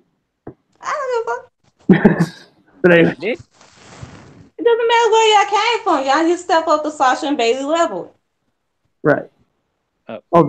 They're probably the most talked. They're one of the most talked about tag titles in the fucking game, if not the most talked about titles.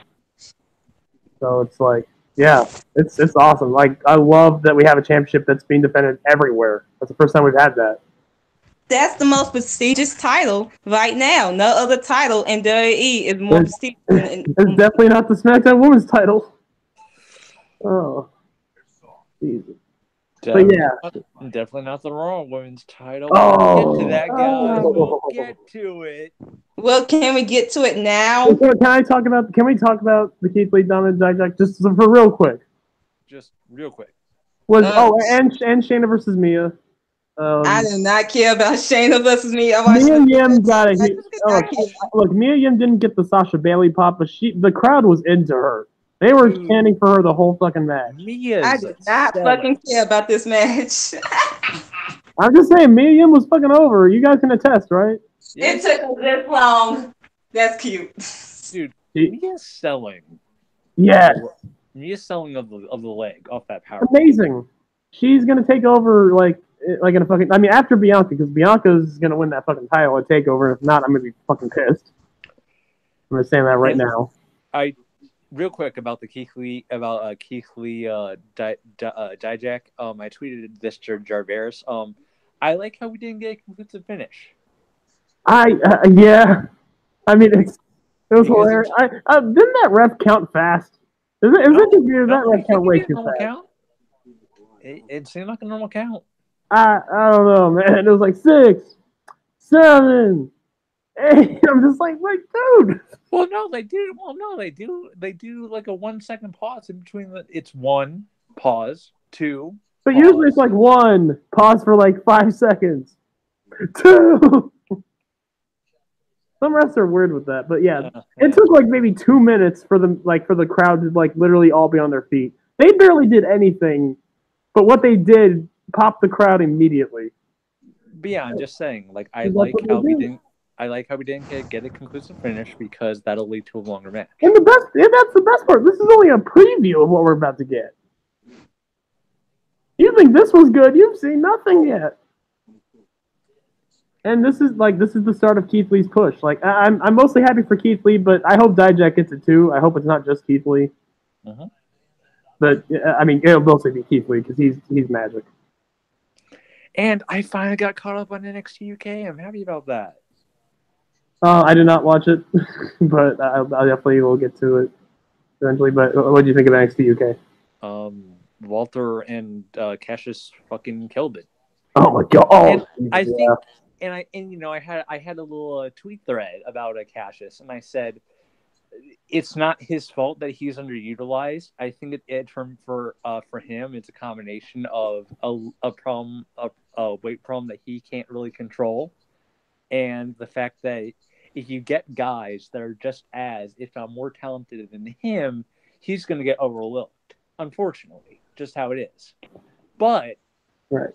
When you give him those moments to really show what he can do, oh my god, yeah, exactly.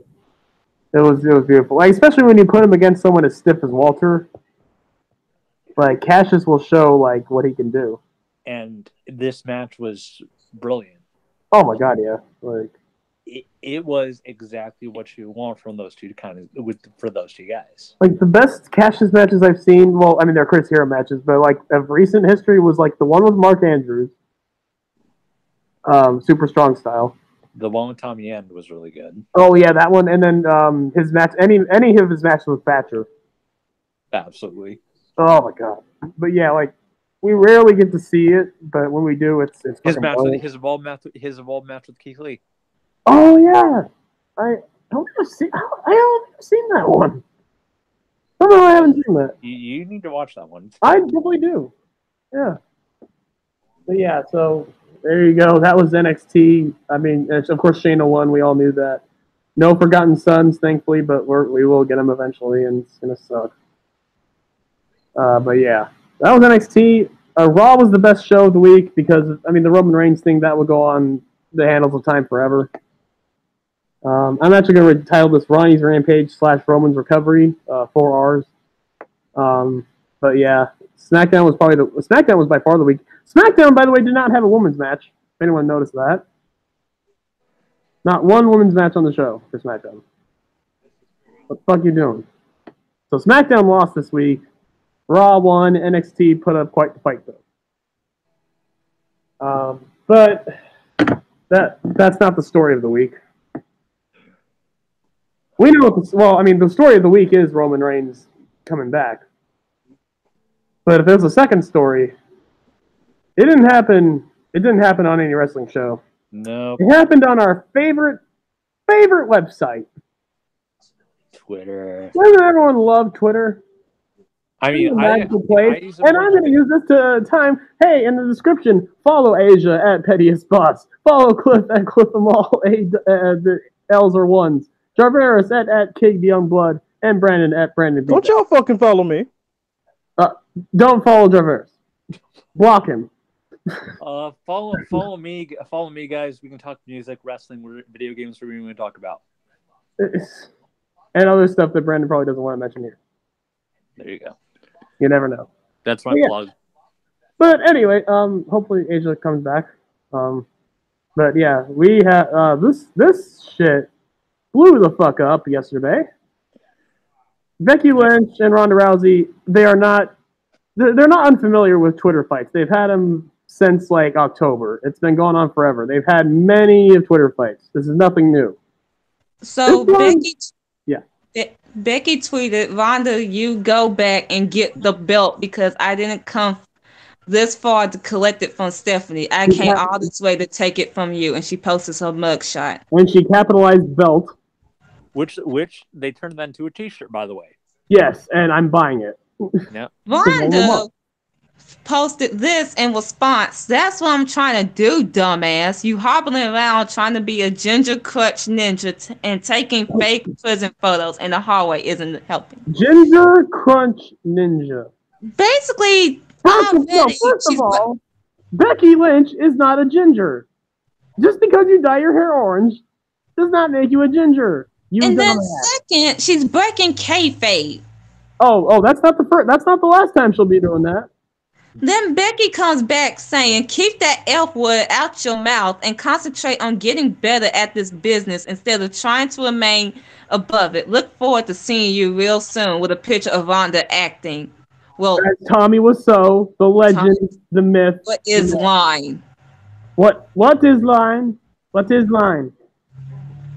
If you guys haven't seen that movie, you need to. I showed Asia, and she's still Not the room. Not the room. The Disaster. I watched the Disaster Artist in the theater. And Sasha and Bailey like this with the quickness, by the way. Yeah. And then Ronda comes back. The F word, you mean fake like your nonsensical BS armbar that didn't even work and just looks like you're holding a dick you wish you had. At this point, I was fucking done. There are so many things wrong with this tweet. So, where do we even begin, Asia? Number one, the fake armbar in which you were screaming that week of Survivor Series that you were screaming and you had to sell your arm after the segment. You calling wrestling fake. You're calling a move that she used multiple times to win multiple matches that won her a championship. The fuck? So guys, see a pattern in here. Becky Lynch is coming at her with, simple wrestling comebacks, pop culture references, keeping kayfabe, while Ronda is basically going for broke and exposing the business and trying to get real with Becky because, as we would find out, Ronda Rousey legitimately got butthurt over Becky Lynch. And then we get to the transphobia. I have to bring up one more thing about the armbar. I'm going to let Brandon have this one. The MMA specialist, Brandon Best. So apparently this seated Fujiwara armbar is just a fake armbar, right, Brandon? Here's a thing. A Fujiwara armbar, which is legitimately an armbar that could break your arm. And this version of it can also choke you out. Here's the thing. Catch Wrestling actually already confirmed it. The version Becky does is not necessarily the legitimate version. Well, no, because it's fucking wrestling. But the actual Fujiwara armbar that Yoshiaki Fujiwara invented can legitimately break your arm. Yes. And if Becky did put pressure on that, it could also you done out here. Here's the thing: if Becky didn't do the seat, it wasn't seated, and she actually did the proper armbar the way it was invented, she could legitimately break Ronda's arm. Absolutely.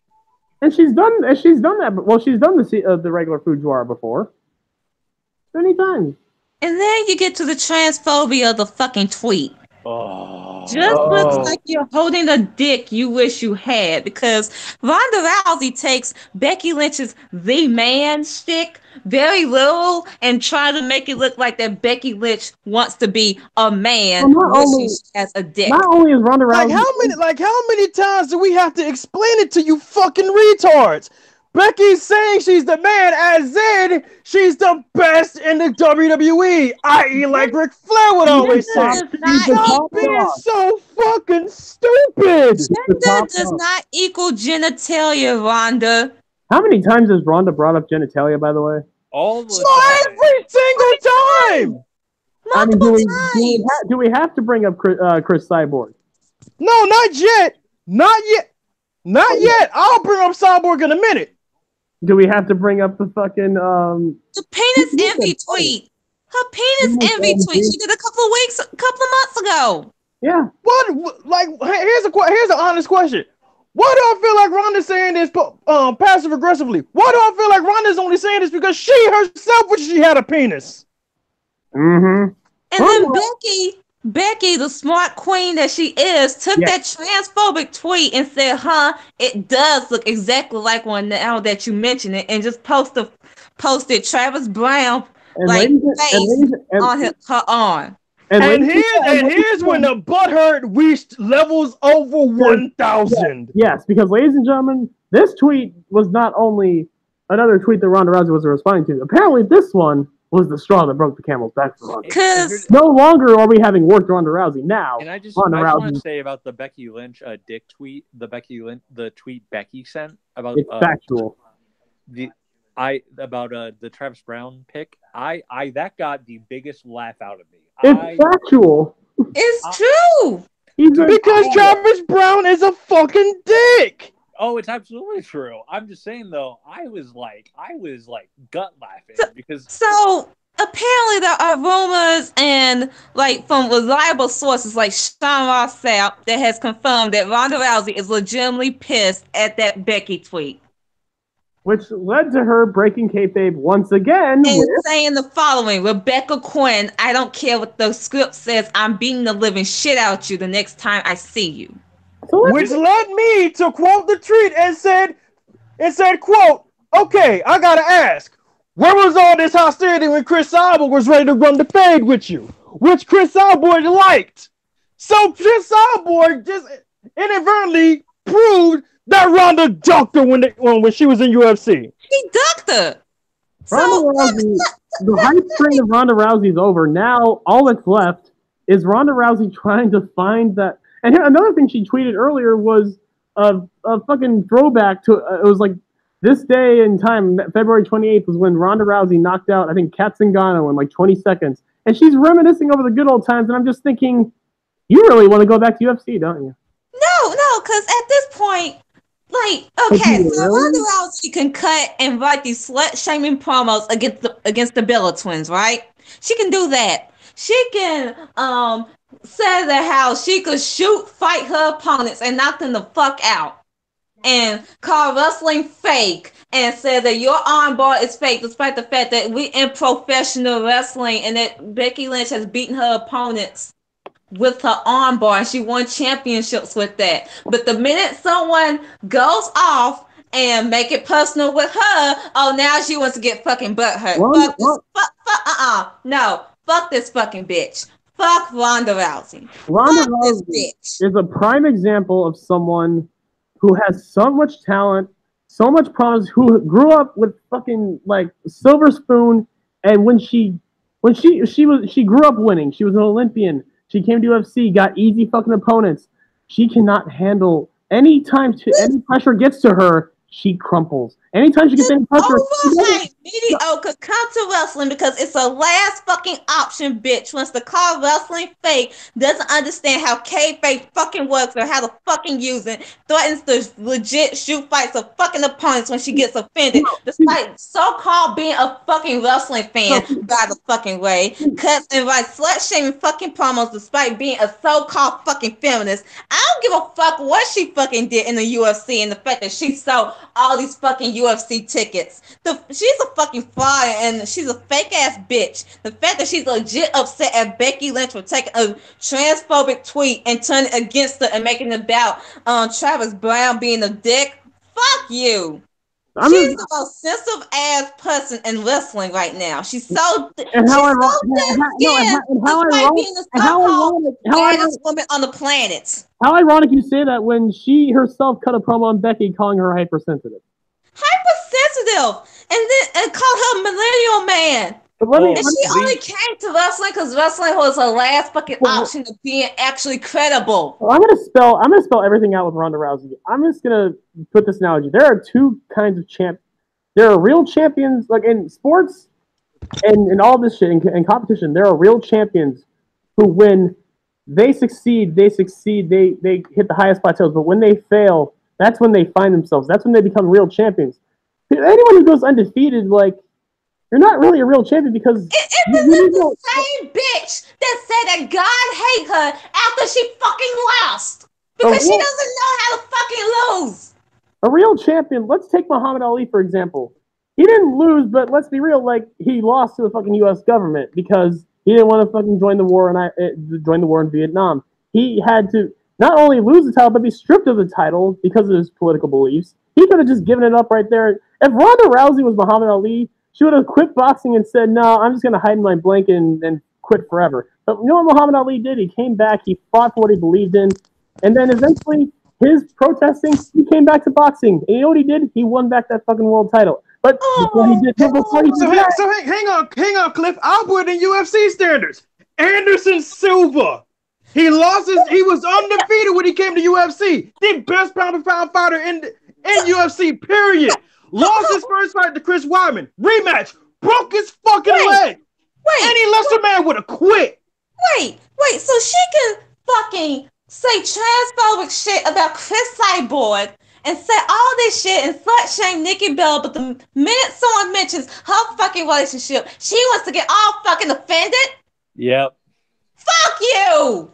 Because Ronda Rousey is a literal snowflake. Fuck you! But yeah, you claim to be the baddest bitch on the fucking fuck this the baddest bitch on the planet. Look here, baddest bitch on the planet. Even Lise Velez need to sue your ass. The baddest bitch on the planet wouldn't duck a fucking fight after losing one match. The baddest woman on the planet wouldn't, after losing, hide for like a few months, almost contemplate suicide.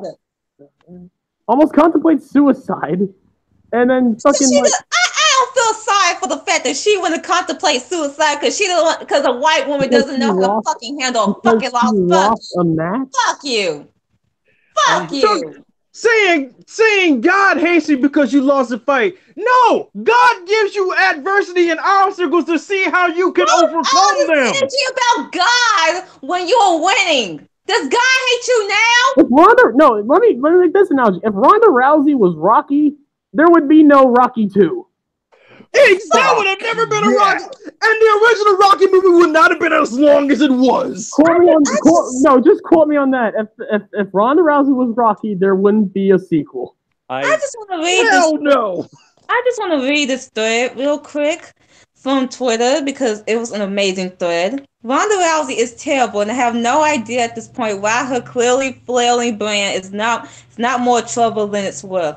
This entire dirty experiment was based off them bringing in a crossover star who was a longtime wrestling fan of the biz who could mainstream eyes on a new television deal. But her brand was already greatly tarnished by the way she flunked out of the USC and her public meltdown, making it abundantly clear that she can't handle failure.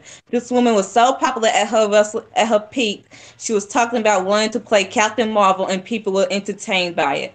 As soon as she lost to Holly Holmes and Amanda Nunes and they sent her packing from the UFC, it absolutely killed a flourishing, interesting film career because everyone figured out that she's a nightmare when she's not at her peak of success and everyone doesn't love her. She lashed out over it. So she comes to WWE based on a years-long plan to sign her back from when she was a household name, and she has been carried to some fine matches to limited wrestling abilities by great workers. Meanwhile, she's not the huge ratings draw they wanted. She openly exposed the business and gotten huge portions of the wrestling fan base to turn on her. And for a person whose entire game in the UFC was intimidation, she cannot talk or muster up a coherent sentence to save her life. So let's say this whole short run really is the end, and after Mania, she retires from her with a woman-beaten husband back to the farm. What did we accomplish here? A television deal with Fox that she won't even be on? Does that matter when she's not even a ratings draw? The only argument you can make is because Triple H and Stephanie started caring about women in sports after Ronda got 1 million pay-per-view buys, that she's the only reason the women were in talks of main eventing Mania. That's the thing, though. They would have main evented anyways. Becky and Charlotte are the only ones who are effectively building that match. Whatever corporate appeal having Ronda, their help being replaced by the women who horsewomen doing the work for her. So this entire experiment has been largely pointless exercise in exposing this woman to a new audience who again slowly grew to hate her when they figured out, the MMA fans, that she is far more trouble than she's worth. Her brand doesn't even mean 1/8 of what it did, and you're left with a blatantly transphobic woman who's not suited for your company, with a history of domestic abuse, who promoted the Sandy Hook shooting as a false flag, and who became a nightmare to work with when people started booing her. Hope you're worth of your investment. And by the way, I hated saying this because I'm a prominent, huge athlete with a household name big. Literally hate it. I used to be a big Ronda fan when she made the cover of Sports Illustrated, the subtitle, "The World's Most Dominant Athlete." That was huge. I'm gonna say that's a brilliant article. I need to say this, like to add on to one of the comments here. It really did also reveal why Ronda really went into professional wrestling in the first place, and we all kind of thought it to our heads: does Ronda really want to be in professional wrestling because she loves this business and that she loves professional wrestling, or is it that UFC her credibility has gone completely down? She's never going to be that. She's never going to be that top star that she used to be. And now she needs another platform to be booked as the main event attraction so that her name credit still stays up. And let me ask y'all this right now. If she was still undefeated till this fucking day, would you think she would ever have came to WWE? No. Hell no. Okay. Then. Not even close. Because now it's clear Ronda wants out. Okay. Ronda wants out. Honestly, she looks like she wants to go back to UFC. Honestly, Ronda Rousey. Ronda Rousey is the worst I've ever seen when it comes to failure. Oh no, she don't want to go back to. She don't want to go back to UFC because Cyborg is there. Amanda Nunes. She actually, if she ever went back, she actually has competition, and she can't hang with those. And she gonna get her shit rocked. I swear to God, watch Ronda try to take up tennis and try to take over Serena Williams. No. I'm gonna put it past Ronda. She'll be like, I've been a huge tennis fan all my life. I've been watching Marina Sharapova. And then she runs up against Serena, and Serena just straight walks ass. No, she's gonna duck Serena. Hey guys, guess what? No, she can't duck Serena because that's tournament. Oh play. Yeah, you can't. Like if she keeps winning, and you know Serena will win and make it all the way to the finals, it'll eventually be them two, and Serena's gonna dog walk that ass. She called wrestling fake, and then you had guys like Tyler Breeze, Luke Harper, Rusev, Lana, all making fun of her. Dude, she was a laughing stock of the entire male roster. The fact that like Ronda Rousey, like when she came in, she was like, "I want to do this because I see the 4 horsewomen and they set trends for women's wrestling and they're trailblazers and I want to help continue the trend of women's wrestling." No, you don't. No, you don't. See, hang on. I got to point out something that Lee said. As Lee said, just commented. He said, "Fuck Cyborg and Ronda. Amanda is the most dominant female fighter of all time." Yes. Yeah, and here's the thing: Amanda proved that by beating Cyborg. Not beat her, basically obliterate her in like a few seconds. Exactly. She dominated Cyborg. Something that Ronda refused to even try to do. Ronda refused to fight Cyborg because she knew if she got in the ring with Octagon with Cyborg would knock Ronda's ass out. And can you imagine Ronda Rousey watching? Can you imagine Ronda watching that Nunes Cyborg fight and just shitting her pants? Dude, you knew she was all types of salty when she saw that fight. Here's my thing. The Becky tweet, she didn't even have to mention Cyborg or Amanda Nunes, those losses in Holly Holmes. All she did was just mention Travis Brown. Imagine how Ronda's response would be if she actually mentioned Holly Holmes or Amanda Nunes or Chris Cyborg. Imagine that. She might actually because you know it's in her contract. She might actually follow through with her talk of suicide. Not only that, she might have actually gone to like where Becky was and beat Becky up. Bitch, because you can't handle being. She got walked into a shoe. And Ronda, what is that going to accomplish? Because her self-esteem is that low. And let's look over, like, if Ronda does find Becky on the streets and beats the shit out of Becky Lynch and she's out, what is that going to do for Ronda Rousey? Honestly, if I'm Vince, I'm firing Ronda on the spot. I don't care how much name value you got. And you can't go out here beating up on my employees. You know what it also does? It also proves Becky right. It proves like that Ronda isn't what championship. Like she's not a real champion. Like, and it also proves Charlotte right from the promo she cut off on SmackDown. Yeah. Okay, guys, do you care if I say 3 things about Ronda? Yes. Fuck her, and fuck her. But well, yes, all of those, Cliff. But I want to go back to something Seth Rollins said about his Black and Bay Wrestling Academy when he had that like sweet video package of him and Merrick Brave talking about the wrestling school.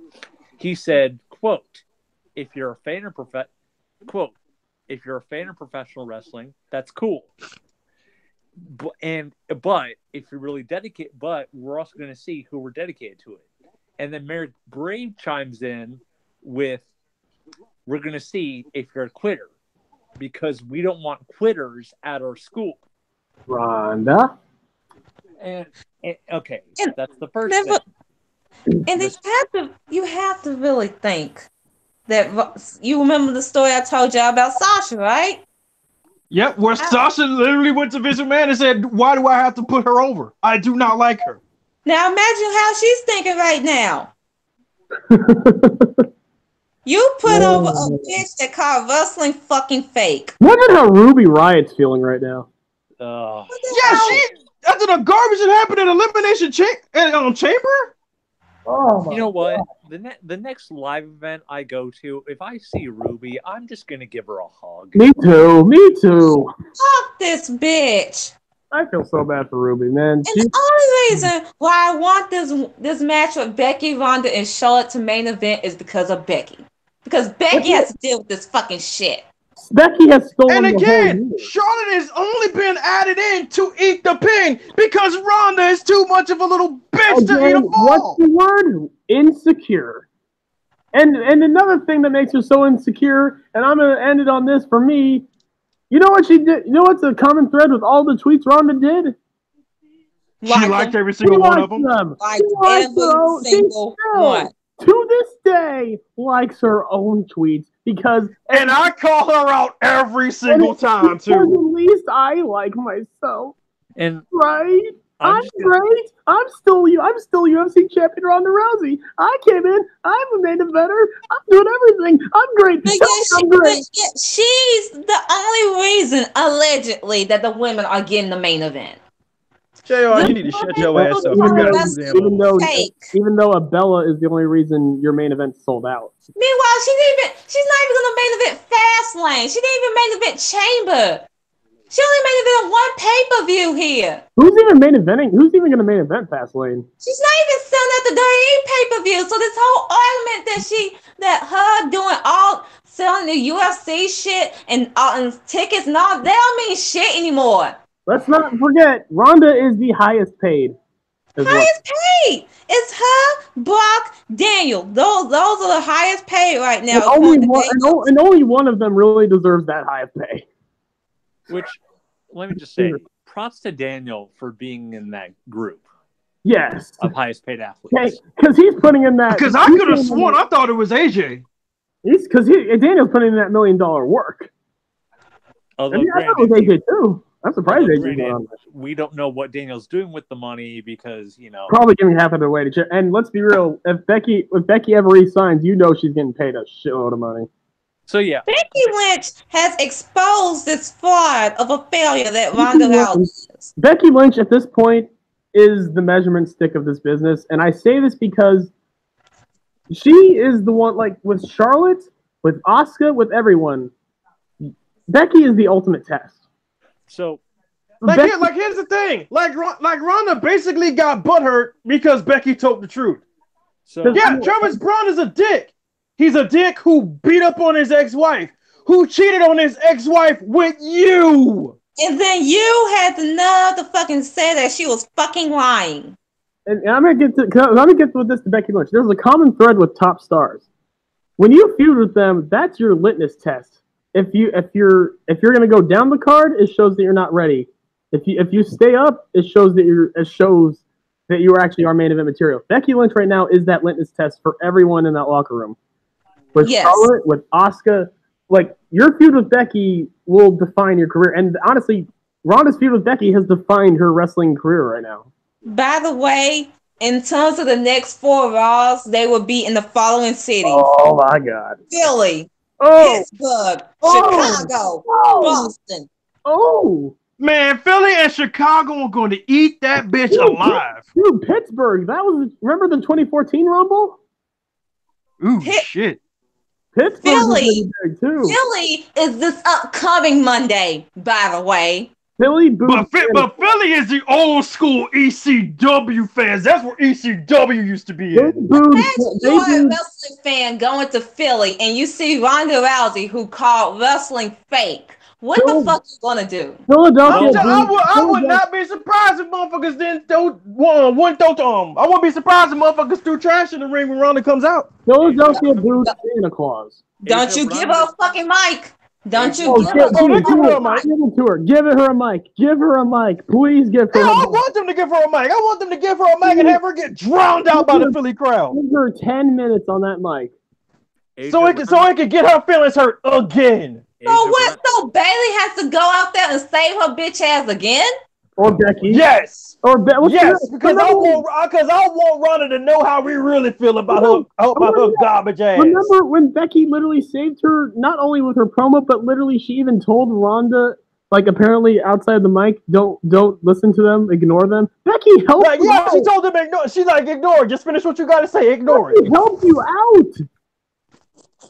But yeah, you want to beat the shit out of her because she told the truth about your piece of shit husband. Okay.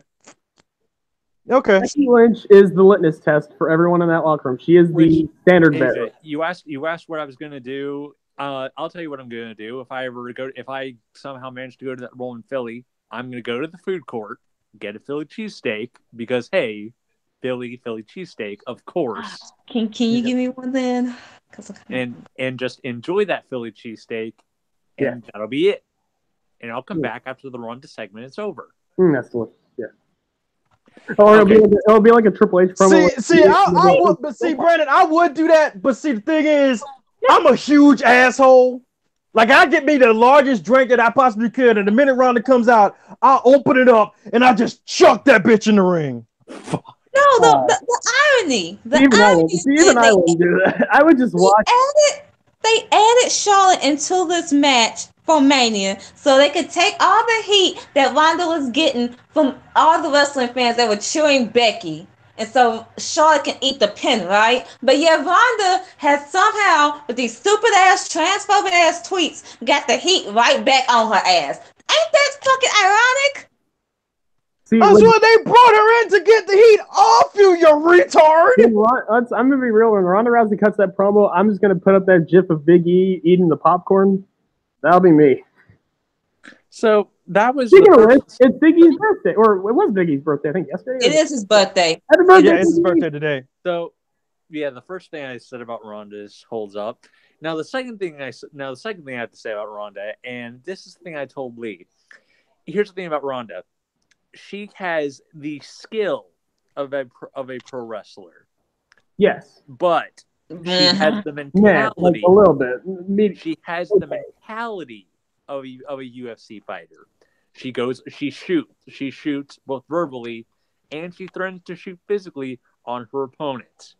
She has the mentality of a 5-year-old who's told by his parent that he can't get the favorite toy that he wants. You've been in wrestling for 1 fucking year. You better get out that UFC mindset and actually know what fucking pro wrestling is. It's not even been a full year. It's not even been a full year yet. She has the mentality of a fucking prima donna. If she don't get a fucking, I fucking hate this bitch. You're fucking worse than Nia at this fucking point. The only reason she's not worse than Nia is that she hasn't injured as many people. That's the only thing that makes her not worse. Sasha, Alexa, Nikki Bella to a degree. But that's still... but that's only 3. Nia is injured like, what, 10? Like 12, maybe? And my third point, and this will go back to number 1. Ronda is a fan. That's fine. No. If you're saying that wrestling is fake, you're not a fucking fan. No. Here's the thing. There's a difference between being a fan of watching wrestling and then being a diehard lover of the sport and having a respect for it, because you can watch. But yet you want to take Rowdy Piper's moniker use that. Look, you can watch wrestling and be a fan, but it's a whole other thing to get in the business, know the ins and outs of the business, and still have a huge amount of respect for everything that they do. And to have that's a whole different thing than just being a fan of watching Raw every single week. And that's the thing. Ronda is a fan that likes to watch, and that's fine. That doesn't mean you should be in the business. Thank you, Lee Clark. No, she's only in this fucking business because this is the last fucking option for her. That's Ronda Rousey is so bad, it made Lee Clark actually praise Ricochet. Yeah, because he said she's worse than Ricochet. At least he didn't expose wrestling. That's bad. Because Ricochet is actually dedicated to this fucking business. And believe it or not, I was actually really shocked when he said that. I was like, wait, what? Yeah, because he tells me all the time he's not a fan of Ricochet, and then he's like, I hate Ronda more than I do Ricochet, and I was like, wait, what? Hold up. And then wonders why the crowd doesn't like her. Why y'all booing me? Because you're saying dumb shit like this. And you wonder why you got booed out of California at Survivor Series. I told y'all this bitch is going to get exposed. It took her 1 fucking year. Now, I have another point about Ronda Rousey. If she thought it was bad when she got booed out of California at Survivor Series, wait till Monday. Can I make another point about Ronda? Can I make another point about Ronda exposing kayfabe? If she's this bad about it now, could you imagine Ronda Rousey in the 80s if she did this shit? Oh, she would have got beat up. She would have got beat up. Can you imagine Ronda in the 80s? I mean, you guys know the story about Dynamite Kid getting punched in the mouth with a roll of quarters. I mean, by one of the Rougeau brothers. Have you looked up that interviewer being slapped by that one guy for even... dude, I fucking love that interview. Yeah, because he told the guy who was fake, he's like, oh, you want to see something fake? And then, bam, just smacked him right in the mouth. Oh, my God. Dude. Yeah, Ronda would be gone. Don't tell fucking wrestlers that wrestling is fake. In the 80s. Especially not in the 80s. Like, if Ronda was in the 80s, she would have got jumped. She would have got jumped. By everyone in that locker room. Exactly. There would have been like a head out. They would have fired her. I mean, in the 90s, apparently it wasn't as bad, but yeah, there was still... She would have got thrown out of the locker room. If it was early to mid 90s, yes. It would be a disaster. But yeah, that just shows that she loved the business because she thought, oh, I can get in this business and have an easy ride because it's all scripted and they can script me to be the champion because I'm Ronda Rousey. So they'll just give me everything. See, that's one thing, but it doesn't give you respect. The last thing I'll say real quick, remember my thing about how I'm always saying if you train and shoot, it helps your wrestling get better? Because that's a thing that Timothy Thatcher said. Because he's really good at it. Mm-hmm. Ronda is the antithesis. Ronda's the opposite. Her judo did shit for her wrestling. If anything, her judo is hurting people. Even more so. In conclusion, when the going gets tough, but not so tough, go do something else. And with Ronda, she'll probably try to get in a movie role or just start a family. And then who would want that bitch who would want that bitch in any type of movie? Here, I've got a movie for her. No, even worse. I hope this is not like her as a parent. I don't want to go there. Here's the thing. I've actually got a movie I'm planning and I want her in it. It's called Stepmother Gets New Husband and Proceeds to Suck Him Off. Now available on Pornhub. What? God damn it! He lost me at stepmother. He really did. He lost me when he said step 3 times. Stepmother gets new husband and proceeds to suck him off. Ronda would somehow screw that up. You know that. Yep. She screwed up Sonya Blade, so I mean, yeah. It's porn. How? Actually, don't answer that. I mean, hey, there's some decent porn actors out there that would be ashamed. Yeah. Two words: Farrah Abraham. Yep. Yeah, Farrah Abraham. Have some respect for the porn industry, Ronda. Dude, have respect for the wrestling business, you stupid bitch. Exactly. So yeah, I mean, I think all of you are sick of hearing about Ronda Rousey, as am I. So, anything else that happened? I mean, we could talk about Ronda forever, but even worth our breath at this point. Until she says something else stupid. You guys want to do a preview for Fastlane for what we have so far? What do we even have? Daniel versus Kevin Owens for one. Daniel. Oh well, yeah, Daniel for sure. And yeah, isn't it? Is it this week or next week? I think next week. Yeah. Okay, well, never mind. Well, I mean, yeah. Okay, so never mind. We won't do that.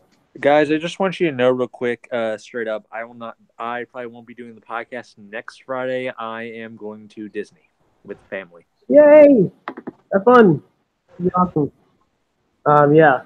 So hopefully, well, I'll probably have my surgery like before Friday, so like I'll be here. But yeah, like anything else? Like we talked about everything with NXT.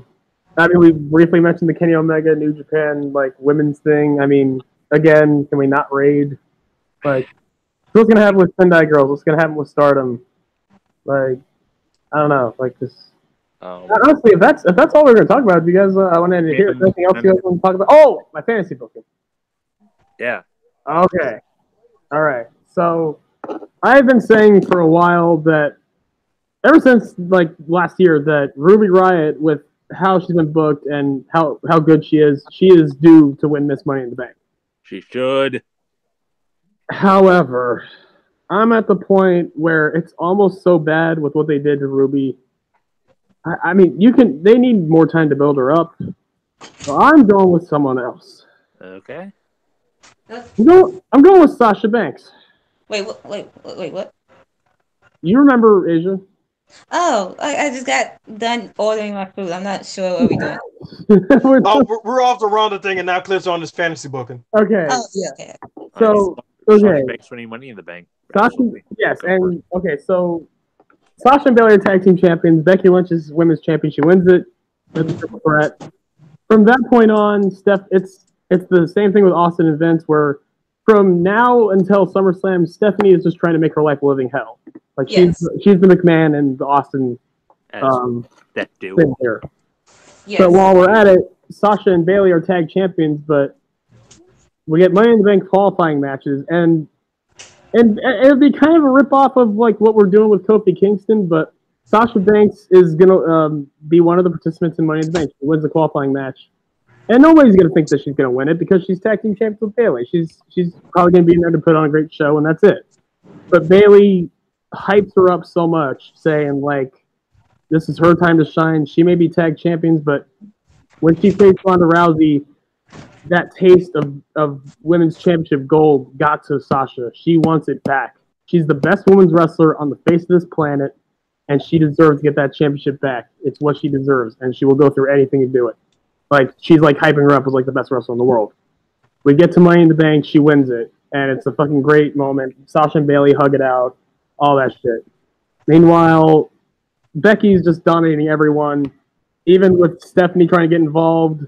Like, nothing's working, and Stephanie just snaps. She's like, you know what? If Ruby can't do it, if fucking Charlotte or Ronda can't do it, screw it. I'm a McMahon. I'm gonna do it. I'm gonna take the title from Becky Lynch, basically. Like, they're gonna go full like how Stephanie was with Brie Bella. You might even get Triple H involved. It's setting up to Becky versus Stephanie at SummerSlam. And it's just like, Stephanie just lost her mind. She's like, last resort. Meanwhile, like, Sasha Banks is just hungry for that fucking. In fact, let me pull this up. I have a whole fucking paragraph here. So basically, I'm just going to get to it. We're setting it up. It's going to be a no DQ match, Becky versus Stephanie McMahon for SummerSlam. Does it main event? It does main event, yes. Okay. Of course it does, because this has been building up for a fucking year. Now, I'm not going to say Stephanie becomes champion. The stipulation will be, if Stephanie wins, the title will be vacant, It will be held in a tournament called the Stephanie McMahon Classic. Well, of course. Get it. Because Stephanie, as we all know, created women's wrestling. Yeah, because McMasturbation. McMasturbation at its finest. I had the whole thing. Yeah, here we go. So yeah, Steph and Hunter tried to make Becky's life a living hell. Becky keeps pulling it out, retaining the title time and time again. Like, it's going to be me. This is setting up the match at SummerSlam. If Stephanie wins, we get that. If Becky wins, we're going to pull a fully loaded 1999. And yes, I know they're not going to go through with it, but you want to raise the stakes. Let's say if Becky beats Stephanie, Stephanie will never be on television again. Now, we know that's going to be a lie. But hey, let's raise the stakes a little bit. The last time we tried to do that was with John Cena at Survivor Series, and then they came back like a month later. I mean, it came back like a week later. I mean, and same thing with Vince McMahon. But hey, maybe you can like. Hell, Cena was. As a matter of fact, Cena didn't even leave that entire night because he came back in the main event. Yep. Exactly. But let's backtrack a bit. Bayley interviews, there's so many interviews where Bayley's so happy for Sasha Banks, wants her to be champion. It's Sasha's destiny. She's the best female wrestler of all time. No one deserves this more than Sasha, especially after coming close against Ronda. She is thirsty for it. She wants it, and she wants it badly. And because, let's be real, 2 years ago on SummerSlam was the last time she won a singles women's title against Alexa Bliss. It's been 2 full years. Yes. Hey guys, am I too late? Hey, Jackie, what's up? We talked about a lot of shit. We went on the biggest Ronda Rousey rant we've probably ever done. And now I'm on my fantasy booking. You can listen to the rest of it. I'm in the middle of it, but yeah, it's basically Sasha wins Money in the Bank. We're in the middle of Becky's title reign. Stephanie snaps, being like, "It's gonna be me. I'm the one that's gonna dethrone Becky, and no one else can do it." Because you know how Stephanie wants to bury the whole roster, right? Yeah. You think Stephanie McMahon has a complex? Yeah. So let me just get this finished. It'll be the Stephanie. Yeah, McMasturbation at its finest. I mean, I can give Steph one thing I can't give her family members. At least Steph is a wrestler. Hey, Stephanie's better. I'll say this: Stephanie McMahon put Ronda Rousey over more than anyone else did. Let's be real. That was the match. That's where Ronda Rousey peaked. Like, Steph might be the best part of the McMahon family circus. At least she's a trained wrestler. Right, you cannot say that for underrated. Others. Like, Stephanie in 2000 sucked. I mean, if anyone remembers her women's title reign in 2000, she was awful. But her match with Brie Bella was good, or decent at least. She has a better pedigree than her husband. She does. No lie. No lie. Like, the pride. I think it's just a look on her face, like the pride she has in doing that move. Yeah, it's just. Yeah, let me get to SummerSlam, and let's be real. Since we've seen men-on-women violence in the Rumble, we're gonna have it where it's like Becky, Stephanie, no disqualification. Triple H is gonna get involved in this match a lot. Like, Becky dominates the whole match until Triple H tries getting involved. Eventually, it gets so bad where they're just both. It just gets to the point where fuck it, they're just both beating her down. And you know what? Let's get a fucking cheap pop in there. Glass breaks. Steve Austin comes out, stuns Triple H, beats him down with the chair, and at this point, Becky's already busted open, bleeding. Like, Triple H and Stephanie did a huge jump on her. But Becky gets back up, destroys Stephanie, puts her into disarm her, taps her out, and breaks her arm. And we end the show with Becky and Steve literally drinking brewskis. So remember that tweet where Becky's like, "Hey, we gotta have a couple Steve wives together." Remember? I would dig it. I would dig it. You used to say that. Since nicknames must be literal, according to the people who criticize Becky, then it will be Becky and room temperature Steve Austin. Room temperature Steve Austin. Oh my god. No, she's straight hot. No, she's hot Steve Austin because she's straight fire. But no. Well, yeah, but he's still room temperature. I mean, that was her response to everybody who was like, "You're not a man," blah, blah, blah. She's like, "I shook Steve Austin's hand once. He was room temperature. Nicknames might not be literal." Oh my god, yeah, I remember that fucking tweet. Yes. Well, again, another example of Ronda being an idiot. Yep, therefore, room temperature Steve Austin. Hey, Cliff. During the Triple H Becky beatdown, I want Becky at one point in the match. I want her to go there with the sledgehammer and nail Triple H's bad leg.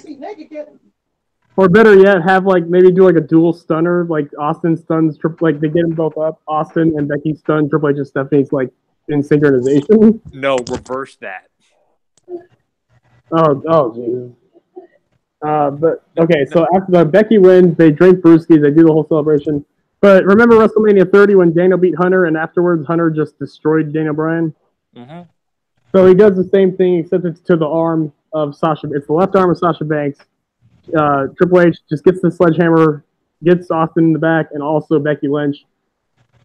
Traps her like what he did with Daniel Bryan's leg, he does with Becky's arm on the ring post. And grabs the steel chair and just clobbers her with the steel chair against the ring post, destroying Becky's arm. Triple H and Stephanie walk off. Well, Stephanie limps off. And we hear, and it happens. Sasha's music hits. Sasha's coming out. Bayley, Sasha is trying to storm the ring, but Bayley at the whole time is just begging her not to do it. She's like, no. Bayley is conflicted because she wants it so bad for her best friend and life partner, Sasha Banks, to finally get this opportunity, but not like this. She's like, I don't want my wife to die. I mean, yeah, Jesus. Sasha does not turn on her or anything. We're not going full heel turn, but because Sasha and Bayley still love each other, but Sasha's even conflicted as well. She's she thinks about it, but then she just ignores it. She's like, no, I'm walking down. She runs down the ring, cashes in Money in the Bank. Bayley just kind of has this look on her face. She's like, oh no, god damn it. She wants to be so happy for Sasha, but she's like, no, it can't. This is not right.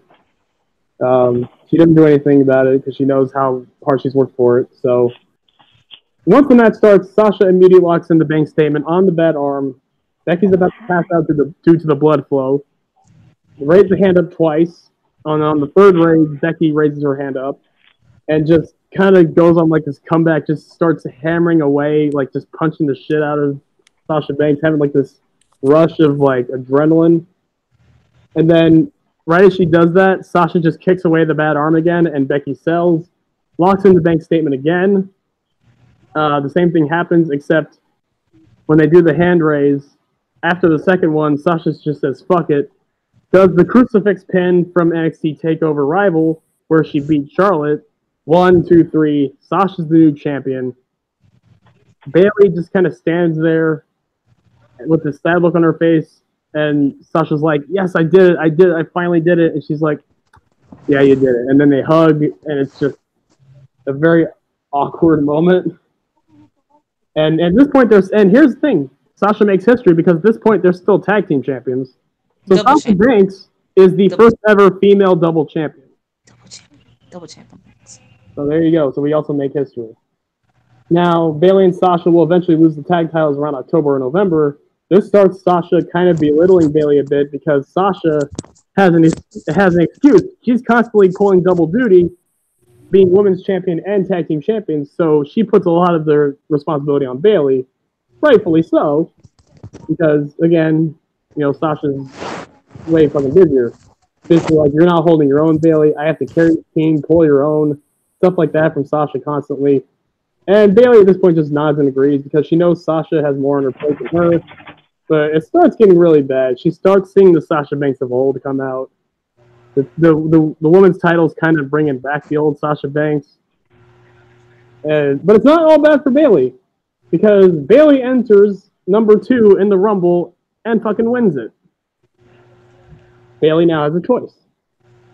Sasha feels like it's not even a choice because, they're best friends, right? Bayley would never. Bayley's going to go to SmackDown, challenge probably Mandy Rose or something. Hopefully not. Shayna. I would have Shayna. Yeah, Sonya, there you go. She's going to challenge Sonya, and Sasha and Bayley are going to just reign every Raw and SmackDown as double champions, and everything's going to be great. Right? Yeah. Bayley thinks it's over, and around February, finally makes her decision on Raw, bringing out Sasha. And we're doing the 2005 Batista moment. 2 contracts in hand. 1 Raw, one SmackDown Live.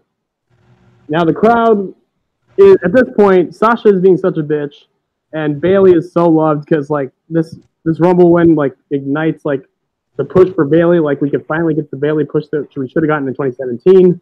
They want Bayley to turn on Sasha so badly, but Bayley drops the Raw contract, says I'm going to SmackDown, hugs Sasha. The problem is when she hugs Sasha, she doesn't let go. And Sasha starts getting concerned. She has a look on her face like, you can let go now. Oh, no. You can let go. And then the smile on Bayley's face immediately turns into Bayley staring a hole through Sasha Banks. And then eventually just says, you ain't shit. Bayley to belly suplex, throws down the SmackDown contract, raises up the Raw contract. I'm going to WrestleMania. Sasha Bayley, WrestleMania main event. And Bayley wins. That's how you do the Sasha Bayley feud, while also putting them over as tag team champions as well. Nice. It took me forever to get to there, but how do you guys like it? I like it. I like it, but see, here's I would have had Bayley choose Sasha. I just like Bayley could have just came out and just did it on her own and make her announce it, but Sasha gets paranoid. Like throughout the entire time, Sasha gets paranoid, more paranoid that Bayley's going to choose her. And then Sasha jumps the gun. She comes out and she just belittles Bayley horribly, like saying, "Oh, how could you choose me? I thought you're my friend. So now I know you're not my friend and all that." And then Bayley just looks at Sasha's like, "I was going to choose SmackDown, right? But since you want to say all this, I changed my mind." And then hits Bayley on Sasha and say, "I'm going to WrestleMania against you." So basically, have Sasha put her foot in her mouth and cause her biggest problem. I just kind of want the slow build, like just kind of. But yeah, that would also work. I mean, hey, either way, like this. I mean, because the main roster deserves like a real Sasha Bayley feud eventually. Like, and once they actually give them a good story, it's over. Like they'll fucking like that's a main event at WrestleMania right there. Like, no fucking question.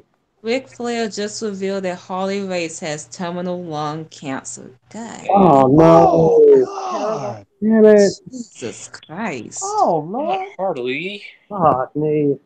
Fuck. Is it bad that I thought Harley Race was already dead? Yeah, I thought he was already dead. I'm not gonna lie.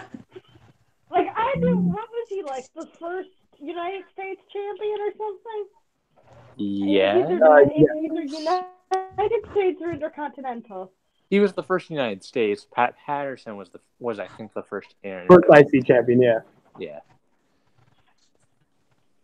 Oh my god. Oof. But that sucks, dude. Like, I mean, he had a hand in training a lot of guys. yeah. Harley Race just. I mean, we've seen him every once in a while. Like, I think remember, like I think it was the 2007 Vengeance Night of Champions. He was in the crowd for that. I don't remember the last time. Like, was that the last time we saw him in a WWE show? It might have been. Didn't he show up for like that NW Hogan's birthday one year? Oh, I didn't know. I know he. I'm pretty damn sure he showed up for Ric Flair's retirement speech on Raw. Yeah, I might have been. I'm not even thinking of Paul Orndorff. Oh, okay, yeah. I know Harley Race was there for Ric Flair's like retirement. So that might have been the last time we saw him. Yeah, but yeah, that fucking sucks. Hopefully he gets better. Dude, he's. I mean, no, it's terminal. So yeah, that ain't about myths and legends in this business. Harley Race is like one of the fucking legends. Like, I mean, you don't fuck with Harley Race. I mean, he invented the move that looks really cool, but it's also really dangerous in the diving headbutt. Yeah, well, I mean, that kind of it had its ups and downs, and a lot of downs to it. Which he's gone on record and said he wished. He did it kind of safely though, didn't he? Yeah, but although granted, he's gone on record and said he wished he never invented it. But I mean, even still. Yeah, because he wouldn't like jump up and do the headbutt. He would like kind of just like timber and do the fucking headbutt like that. Dynamite Kid would be the one like leaping from the fucking top rope halfway across the ring. If anything else, god damn you, Tom Billington. Yeah. Oh, sorry, I bored everyone with my fantasy. No. Anything else? It was good. But, I know something small because it's more positive than this. I think it'd be a nice way of going to go out, even if I'm only here for 2 seconds. A very special happy birthday to my favorite. To yes, the last one. We mentioned it. She turned 30. Happy birthday to Neil. Fucking awesome. I hope. I mean, again, I still need to finally watch some ROH to see how the stable works with Neil and what was the name of the stable again? Fuck. Lifeblood. Bloodline, yeah. I'm gonna. No, it's Lifeblood. Or Lifeblood. Oh, I thought it was Bloodline. My bad. No, okay, it's yeah. Lifeblood with like her. It's Bloodsport. Juice Robinson. Bloodsport. What's his name? Tracy Williams, Bandito, and Mark Haskins. Yes, so good. Like, and apparently they helped Jay Lethal destroy that purple piece of crap Matt Taven's been carrying around, claiming that is the real world title. Thank God for that. Okay, so Matt Taven, like, oh God, are they doing like an FTW championship thing with fucking Matt Taven? Matt Taven thinks that he has been, from my understanding, is that he thinks that he has been screwed, that he deserves to be the world champion by now. So in other words, it's Taz with the FTW title. Yeah, exactly. He thinks he deserves to be the world champion by now, that he is the best guy in the company, and therefore he will have his own belt because he is the real world champion. Actually, to be fair, I think no, Taz had even more right to it because didn't he make the world champion tap out, but he still didn't win the title? Yeah. Yeah, so even Taz had more right to have his own belt than Matt Taven because Matt Taven hasn't beat Jay Lethal. Yeah, I don't think he's ever won a match against Jay Lethal. So there you go. No, he's 0-3. Matt Taven is 0-3 against Jay Lethal. So there you go. So Taz already has one up on him. Yeah. Like, it's not the most original stuff, but the thing is, it's just like, I could see some hope because Lethal's already broken the record and all that. If they want to take the belt off him, and I wouldn't mind Matt Taven, but after that Israel match was announced, I was like, okay, yeah, no, Matt Taven's not winning crap. So has this officially completely killed and destroyed the I'm the real world champion kind of storyline? God, I hope so, because I am so sick of Matt Taven and his fam. I'm pretty sure the first one was Ric Flair when he came to the Fed. Was that the first time we saw someone bring their own belt and like, I'm the real world champion and blah, blah, blah? I think that's the first time we've seen that. I think. It might have done it. Oh, no, like, yeah. Yeah, because I don't remember, because like afterwards, because then you had, remember Shawn Michaels when he came back from the fucking steroid thing?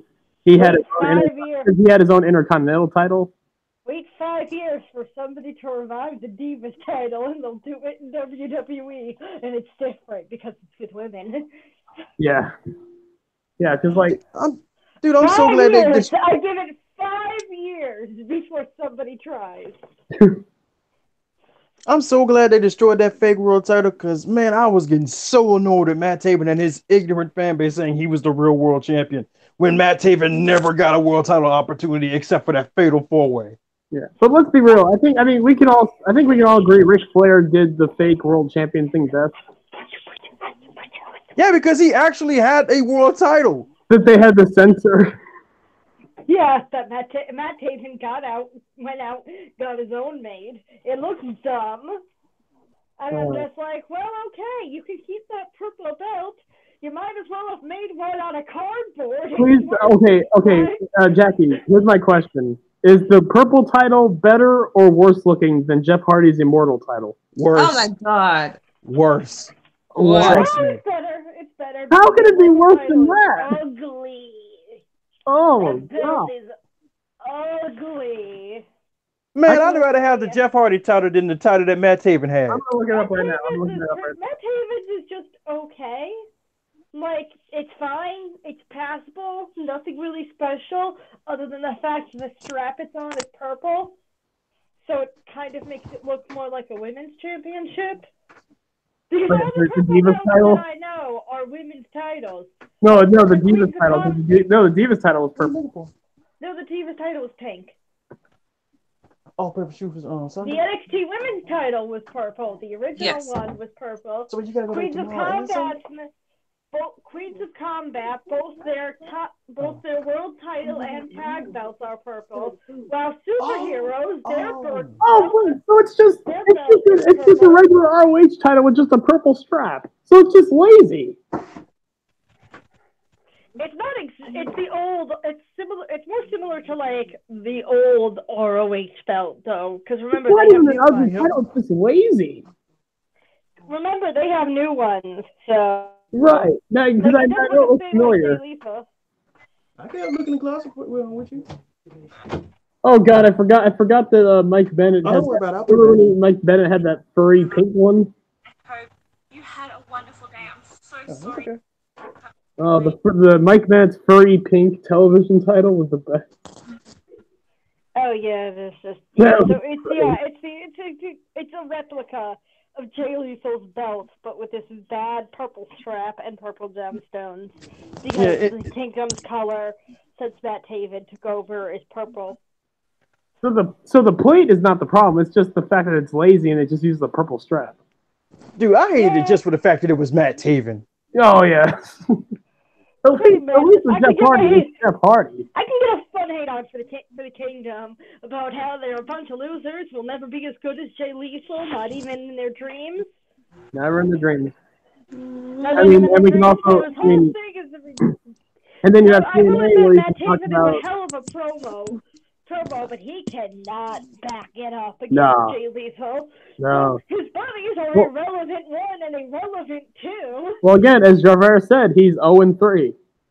Exactly. He cannot back up his words for the life of him. His friends are irrelevant 1 and irrelevant 2. And in typical Ring of Honor fashion, this is way too little too late.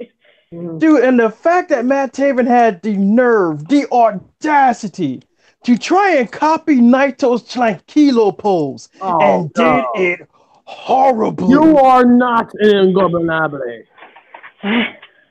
But he was once. You know the pose that Naito does when he does his tranquilo stuff? Yes. Yeah. Matt Taven tried to copy it when Ring of Honor went to Japan for Honor Rising and did it horribly. I'm sorry, Taven. Did you get permission? Did you get permission? Never try. Matt Taven needs to learn his lesson. Never try. Whenever you try, it fails. You try to make a real world championship. That was an insult to all who practice in the art of ingobernable and tranquilo. You try to beat Jay Lethal, it fails. You try to not put me to sleep, it fails. You try to copy Naito and failed horribly. And it's just, the worst part of this all is that we know he is not winning because that Israel match was announced. And there's no because he's facing David Starr. Yeah, like they say, it's gonna card due to change if Matt Taven wins. But the thing is, because that match is happening, we know he's not going to. Because they are not going to give that match, that historic match in Israel against the first Jewish athlete in Ring of Honor to Matt Taven.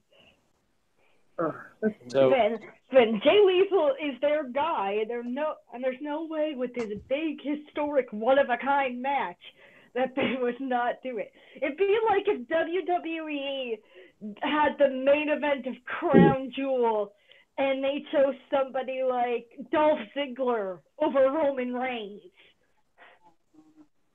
I mean, you would think Ring of Honor wouldn't do anything that dumb, but it is Ring of Honor we're talking about here, Jackie. I know, but they're not that dumb.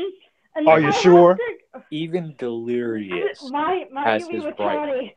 Yeah, even Delirious has his bright spot. Are you sure? Are you sure this is the same Delirious that we had Jay Briscoe be undefeated for 2 years now? 2 years. Dude, I don't even want to talk about the Jay Briscoe lane. That was the worst. But even a stopped clock is right twice a day. The dirt worst of ROH was Jay Briscoe's world title lane. That was Asia 2 years. She left for like 1 month, and now it's back to Impact. What made it even worse? What made Jay Briscoe's reign worse? It came after Kevin fucking Steen. It did. Yeah, he was the one who beat Steen for the title. After one beat ring. Yeah, he beat Steen for the Ring of Honor title. You know what the high spot of that was? He got beat by Jay Lethal. Exactly. His first world title reign. Can I just say, during the undisputed champion? Can I just say, I'm surprised as far as Steen Generico, they never went with Generico. Sorry. I think they planned on giving it to Generico, but Generico has, by the time they gave him that match, that title match, he had already signed to NXT and he was on his way out. And he's like, nah. Well, you're gonna give it to Jay Briscoe? Nah. No. Here's the thing. If Jay Briscoe hadn't injured his shoulder, there's a good chance he would have dropped it to Matt Hardy. Oh no! This is bad, Matt Hardy too. Exactly. This is before the broken gimmick. Now remember, this is the original Iconic. Oh, this is before the broken gimmick. This is when they kicked Kevin Steen out of Scum. Dude, I just realized the Iconic stole Matt Hardy's ROH gimmick. Oh, good lord! Big Money Matt. Iconic. This is before Big Money Matt, even. At least that was. I swear. Here's how bad they kicked Kevin Steen out of Scum in favor of Matt Hardy. Well, Matt Hardy is does scum. that? Well, Matt Hardy is scum. Not just Matt Hardy, Fat Hardy. This is when Matt Hardy was wrestling in his shirt. This is also around the time Matt Hardy was going through all of his personal problems. This is just this is Matt Hardy. This is Matt Hardy at his worst. I think this is right around the Rebby Hardy domestic thing happened. The Rebby Hardy domestic thing, Matt's suicide note on Twitter. This is around. Although wasn't this also around the time he did that incredible he would put up suicide those suicide note things? Yes. That's amazing. This was the. It was so mean. It was so mean-spirited, but it was fucking hilarious. That probably scared the shit out of This people. was around the time we got. Dude, this scared people so much they kept calling the cops, and all the cops kept going to Jeff's house. Oh, what? Are you kidding me? Yeah, when Matt Hardy gave that little fake suicide note on his YouTube channel, people got so freaked out that they kept calling 911, but they kept going to Jeff's house and not Matt's. Wow, that says it all about Matt and Jeff's careers before the broken gimmick. Dude, Cliff, it got so bad that Jeff's wife Beth had to go on Twitter and tell people stop. Because the cops are only coming to our house. That's how bad Jeff Hardy overshadowed him. That's bad.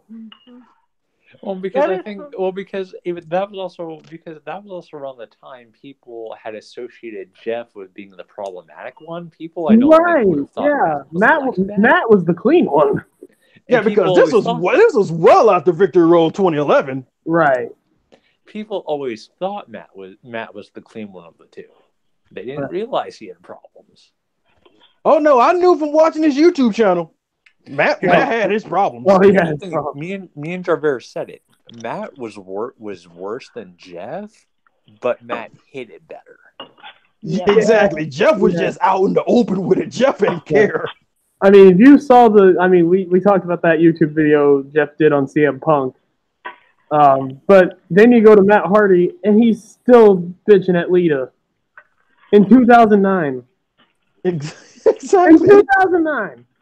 This was when he was dating Rebby. Yeah. Guys, I want you to see. I will say this: Lita's the better wrestler in person, but Rebby Hardy is better looking. Yeah. I'd say that. Yeah. But Jackie, it's been a while since you've been on here, so I have a bone to pick with you.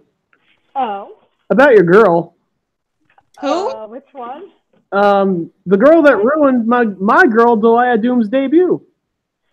Tessa. Oh. Delia Doom was your girl. How dare Tessa been in her feelings. How dare you ruin Delia Doom, like this wonderful woman? Justice for Tessa. She got justice for Delia. She did not deserve that. Delia can suck a D. I mean, at least Tessa went out on Twitter and apologized. Now like everything back. Like Tessa was basically like, "Look, Delilah, I'm sorry I ruined your debut. You were just a victim of circumstance." Speaking of which, it's Tessa versus Delilah tonight, so yeah. I mean, Delilah also needs to learn her place. Delilah was just a victim of circumstance. Her place is as a future Knockouts champion. That's what her place is. Her place is below Tessa Blanchard. I mean, with Madison Rayne coming back, I'm thinking Madison Rayne's going to be the next Knockouts champion. I still think I mean, she can certainly try. She has a couple of non-title I still like to believe Madison Rayne. I still like to believe at some point Madison Rayne died. Crossover with Rise happened, where I find this so fucking funny because Rise does count Impact as canon, some of their crossover stuff. So when they did that crossover, there was a thing where, after Madison had spent weeks on Impact lecturing Tessa about how disrespectful she was, how she needed to be better and all that, she comes off fake as shit when she tries to show Tessa some respect later on because she's a champion in Rise at the time. So I'm like, oh yeah, Madison, you don't give a damn about respect. You respect Tessa now because she's the champion. Before, you was lecturing her like you were her mother. All I'm going to say is that Taya Valkyrie proved what people should have known forever. Diamonds are not forever. They do chip. Diamonds are forever. They do not chip. They do not smash. It's proven. First of all, it's actually proven. They can get lost. Diamonds can crack. When Jesus Bitch, comes I'll take a diamond over your ass. I'll give you a promise. What diamonds have you been buying, fam? Don't make me get you a promise ring. Diamonds are forever. Boy, you will get cut. Diamonds are forever, and diamonds are forever. Tessa got screwed. Gail Kim. But we're locals forever. So can I just say, over the past few hours or so, I've become a gigantic Dominic Garini fan. Dominic who? Who? One of the members of Catchpoint 2.0. This was around the time Tracy Williams took over. Wait, Catchpoint 2? Wait, there's a Catchpoint 2.0? There was. Oh, shit. Oh, there was. Oh, wow, okay. Well, yeah, this was around the time Tracy took over. Okay. He has an evolved mini doc if you want to see it. I'll check it out. You know who belongs in Catchpoint? Walter. My boy Jonathan Catchpoint. I fucking love Jonathan so much. Anymore? What? Like, are they still a thing? No. Well, if they ever came back, I want it to be led by Jonathan Gresham. And I want him to have. Dude, Jonathan Gresham is so good. He is. This is his year, man. He's gonna fucking explode. He's been on the radar now. Oh, if you can out wrestle Zack Sabre Jr., then you are good. Mm-hmm. Oh, guys, is so cute. I saw his match against Lethal, where he's out here looking like Jay Lethal. The whole thing, how I always say about how if you train and shoot, it can help your pro wrestling. Dominic is another one where it's the proven fact of it can, unlike Ronda, because he is a purple belt in Brazilian Jiu-Jitsu. Look, can we not talk about Ronda? We're gonna get worked into another shoot. Yeah. No, check out the main doc. I pushed in the Hangouts. Sorry, I'm so hungry. Apparently, Dominic is only, I think, 2 belts below a black belt. He's a purple belt. No, that's cool. Uh-huh. Yeah, I see right here. Yeah, I mean, Evolve makes fucking stars like out of fucking thin air, so I gotta keep an eye on him. Evolve is so good. Evolve is. Oh, here's the thing. Evolve is really good, but for weirdly enough, as far as independent promotion, I feel like they're underrated. Yeah, they are. I mean, they're not really, but they are at the same time. They're forgotten. I think they're forgotten about sometimes. Yeah, there you go. I think people more or less see Evolve as a it's a place that guys will go before they immediately get signed to WWE. It's true. That is a place they really go for. It's but like they make stars there, man. It's like the pre-NXT before NXT. It is, but shouldn't that be? You would think that would be a mark of the. It's like something the marks use, the trolls use to take them down. But you think that would be inherent of their quality, that this promotion makes your stars. You know what? Here's how I could describe Evolve. Here's how I could describe the main roster, NXT, and Evolve. And the main roster is college. NXT is high school. Evolve is junior high school. Yep. Yeah. Oh man, honestly, is there anything else you guys want to talk about? Are we good to go? It's a performance center, then private school. Yes. The Catholic school. Oh, okay. Catholic school. No, it's not that bad. Kyle Lowry calling Velveteen Dream VD was the amazing thing from NXT. Oh, whoa! We skipped all the way over that interaction, didn't we? I didn't even. Oh, I forgot about the VD. Now, someone else called him Velveeta Dream. Oh, Brian, I think that was Roddy. I think that was Roddy. You know who it was originally? You're gonna hate what I say. Who? Brian Alvarez. I'm not kidding. Really, yeah. Brian Alvarez said that? Oh no, it was either Brian or Vinny. It was like the Brian and Vinny show. I remember they talked about wait, for the longest time you thought he was the Velveeta Dream. Oh God. Which I'm just gonna say it when it's Brian and Vinny, that's when I love Vinny. Vinny's cool. Brian, it's just Brian that's the butthole. And Dave. Do you guys have an opinion on Wrestling Soup? No. Nah. I don't. I don't even know what that is. It's another podcast. Yeah, no. I think that want us fucking.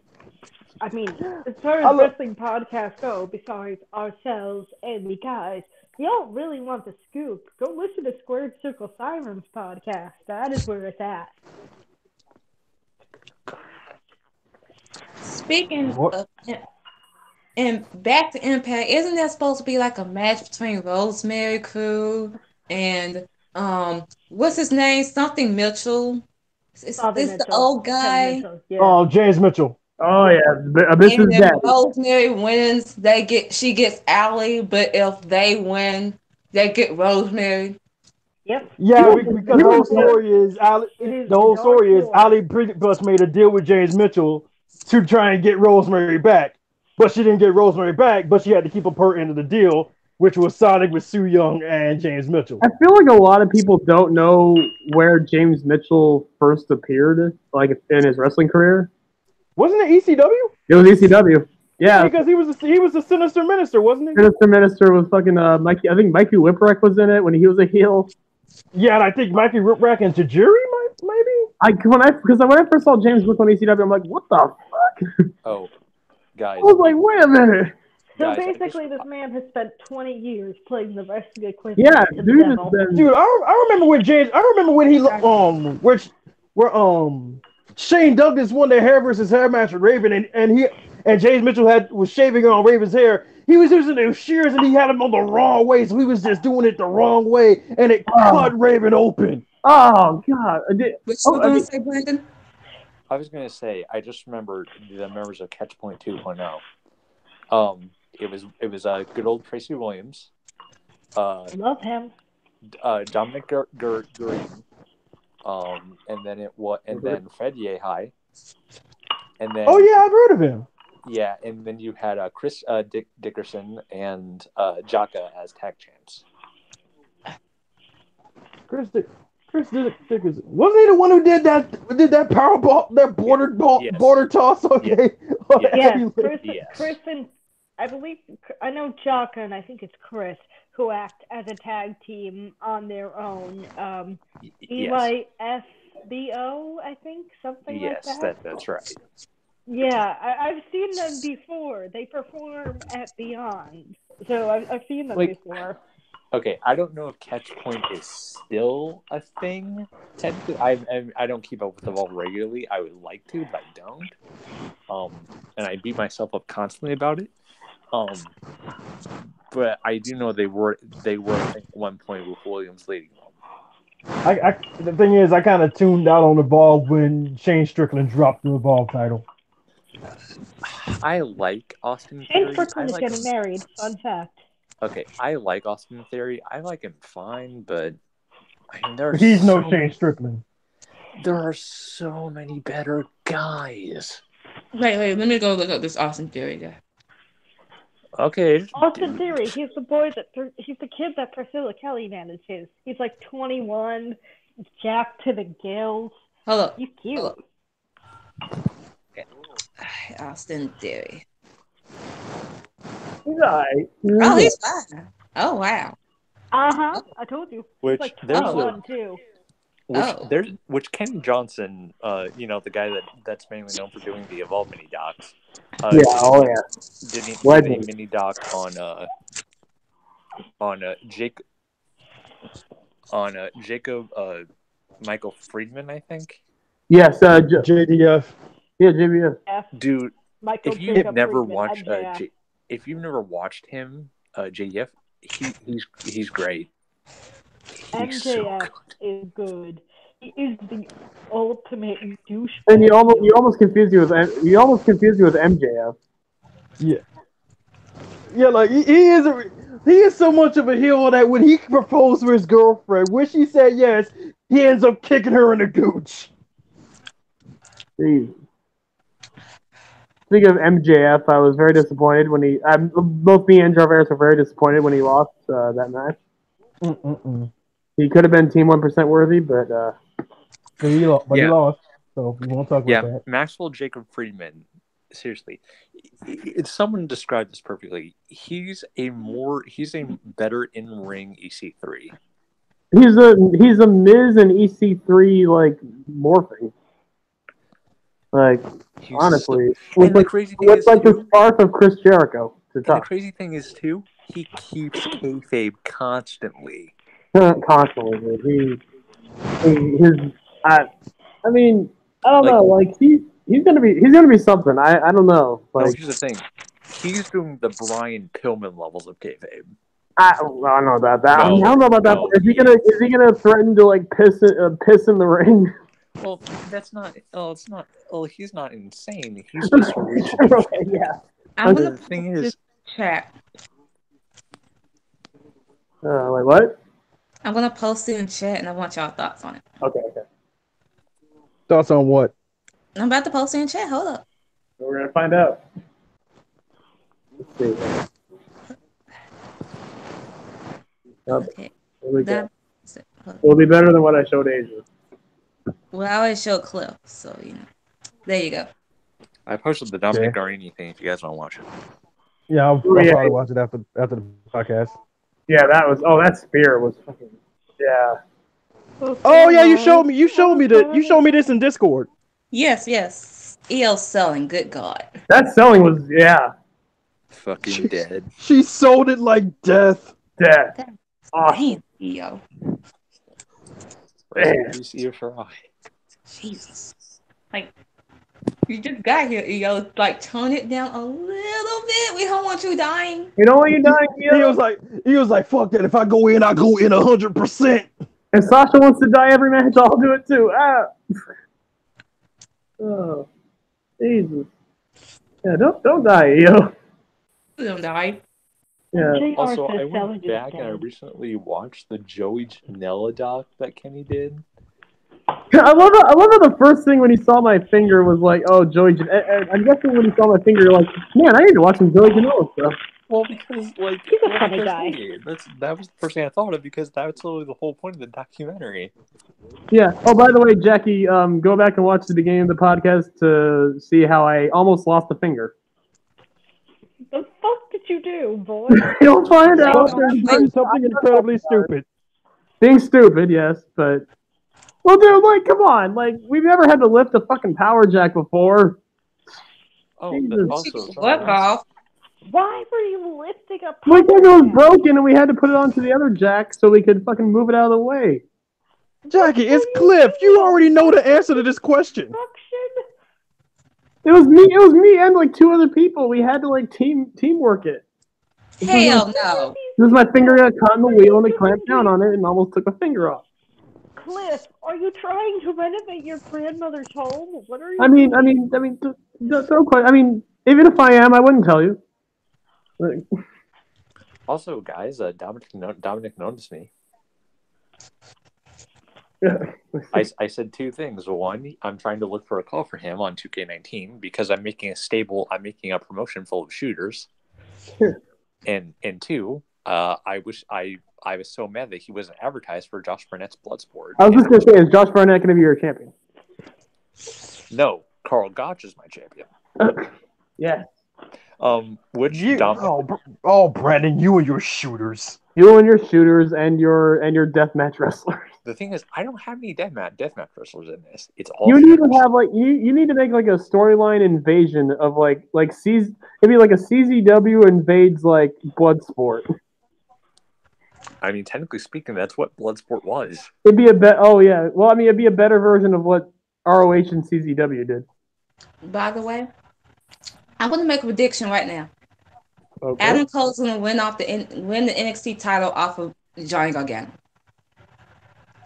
See, I'm thinking Undisputed Era is getting called up in their feud with New Day. Honestly, no, actually, I'm going to go with Age on this. I think that's going to happen too. Because who else is a heel is going to beat Johnny Gargano?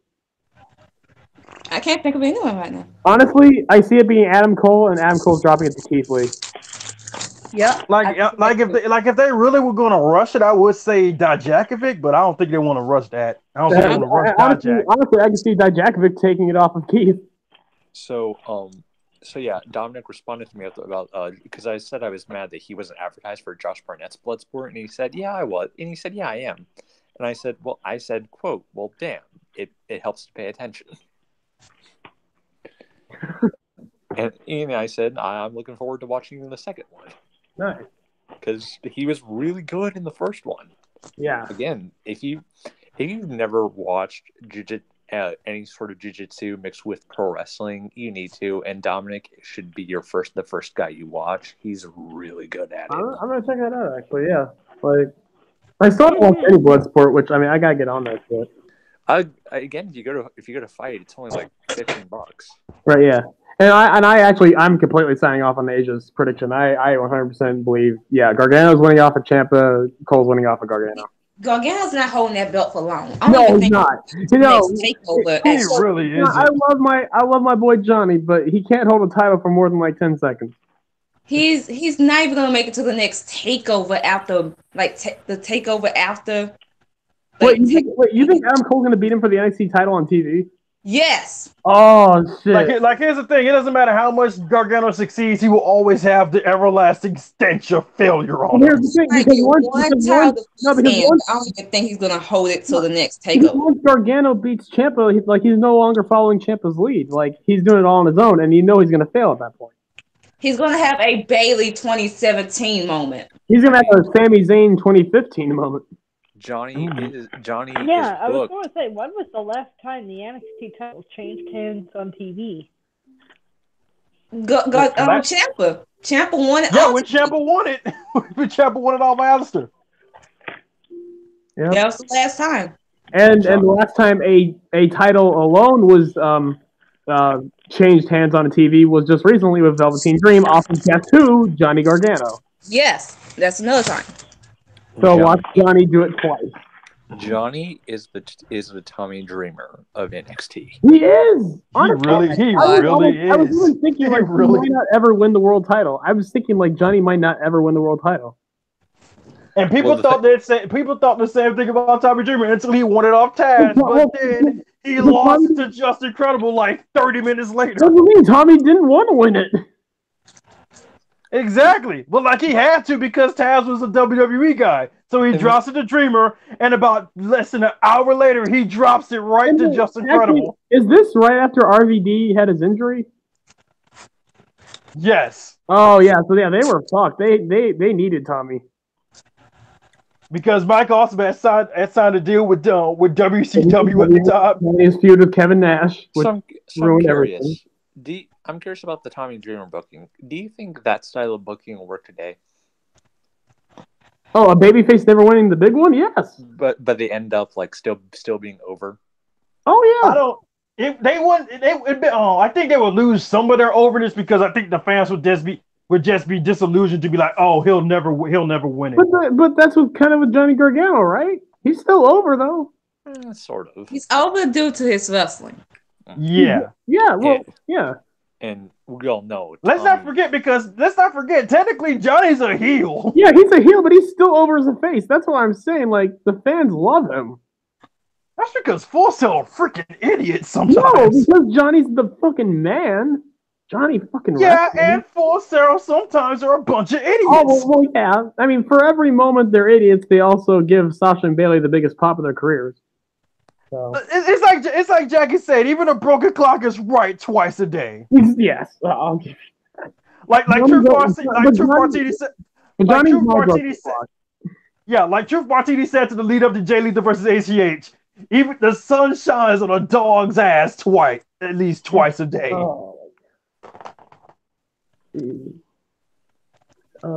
Yeah, like it was like when the Rockers the Rockers did win the big one. But they had to call it back because somebody complained about the ring ropes. The match sucked from then on. So, guys, if you want to know who I have in my creator roster, I have currently Akira Mita, who's an MMA fighter, Antonio Inoki, Billy Robinson, Stan Hansen. Stan Hansen. Yes. And one of the old school NWA guys.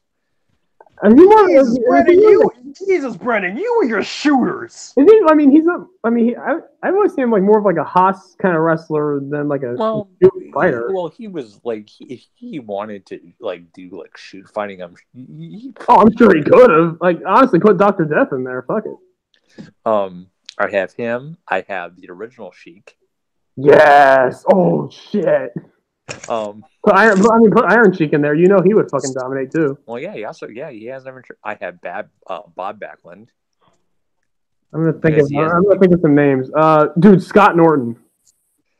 I don't have him yet. Dude, you need Scott Norton in there. That dude is a fucking. He's a badass dude. I have Hideki and Minoru Suzuki. Of course. Oh, Hideki Suzuki, yes. And then I also have. I'm trying to think. There's a few. Actually, you know what? I'm gonna pull up 2K19 real quick. I'm gonna list them off. Let me just say, pull 2K19. I'm going with Cole Quinn. Cole Quinn. No. Yes, Cole Quinn is the guy. Yeah, dude. Honestly, imagine if Mark Henry was brought up in like a shoot style promotion. I mean, World's Strongest Man. Well, I mean, UWF's whole thing was that it was a work shoot style promotion. Right. I mean, I'm just saying, like, you put Mark in there, like, I don't know, man, that would be fucking great. And then I would just love to have all these tough guys and have like just a few kind of like, I put like Randy Orton in there, like 2003 Randy Orton. Well, that's the thing. Randy has an amateur wrestling background. Okay, I'm trying to think of like people forget that. No, it's 1995 Shawn Michaels. Oh, there you go. Shawn's dead. Especially I forgot about this. But this is good.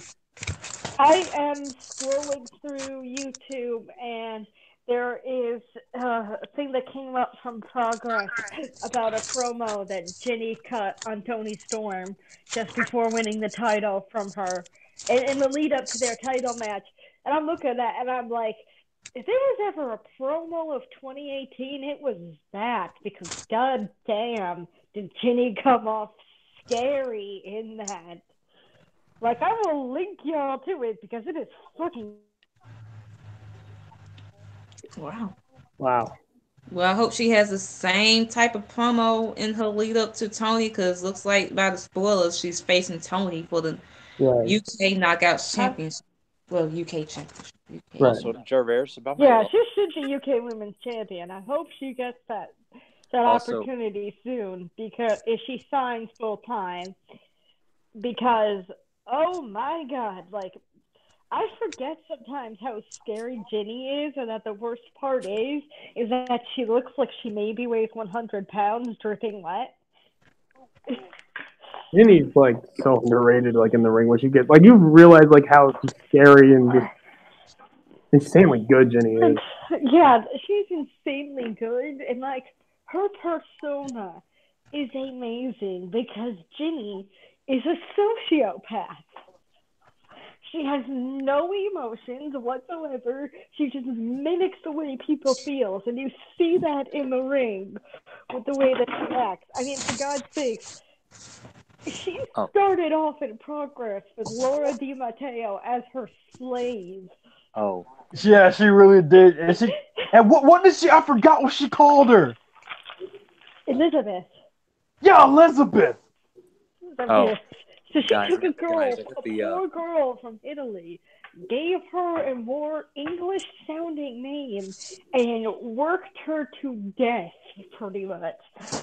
To the point of revolution. That doesn't sound like slavery.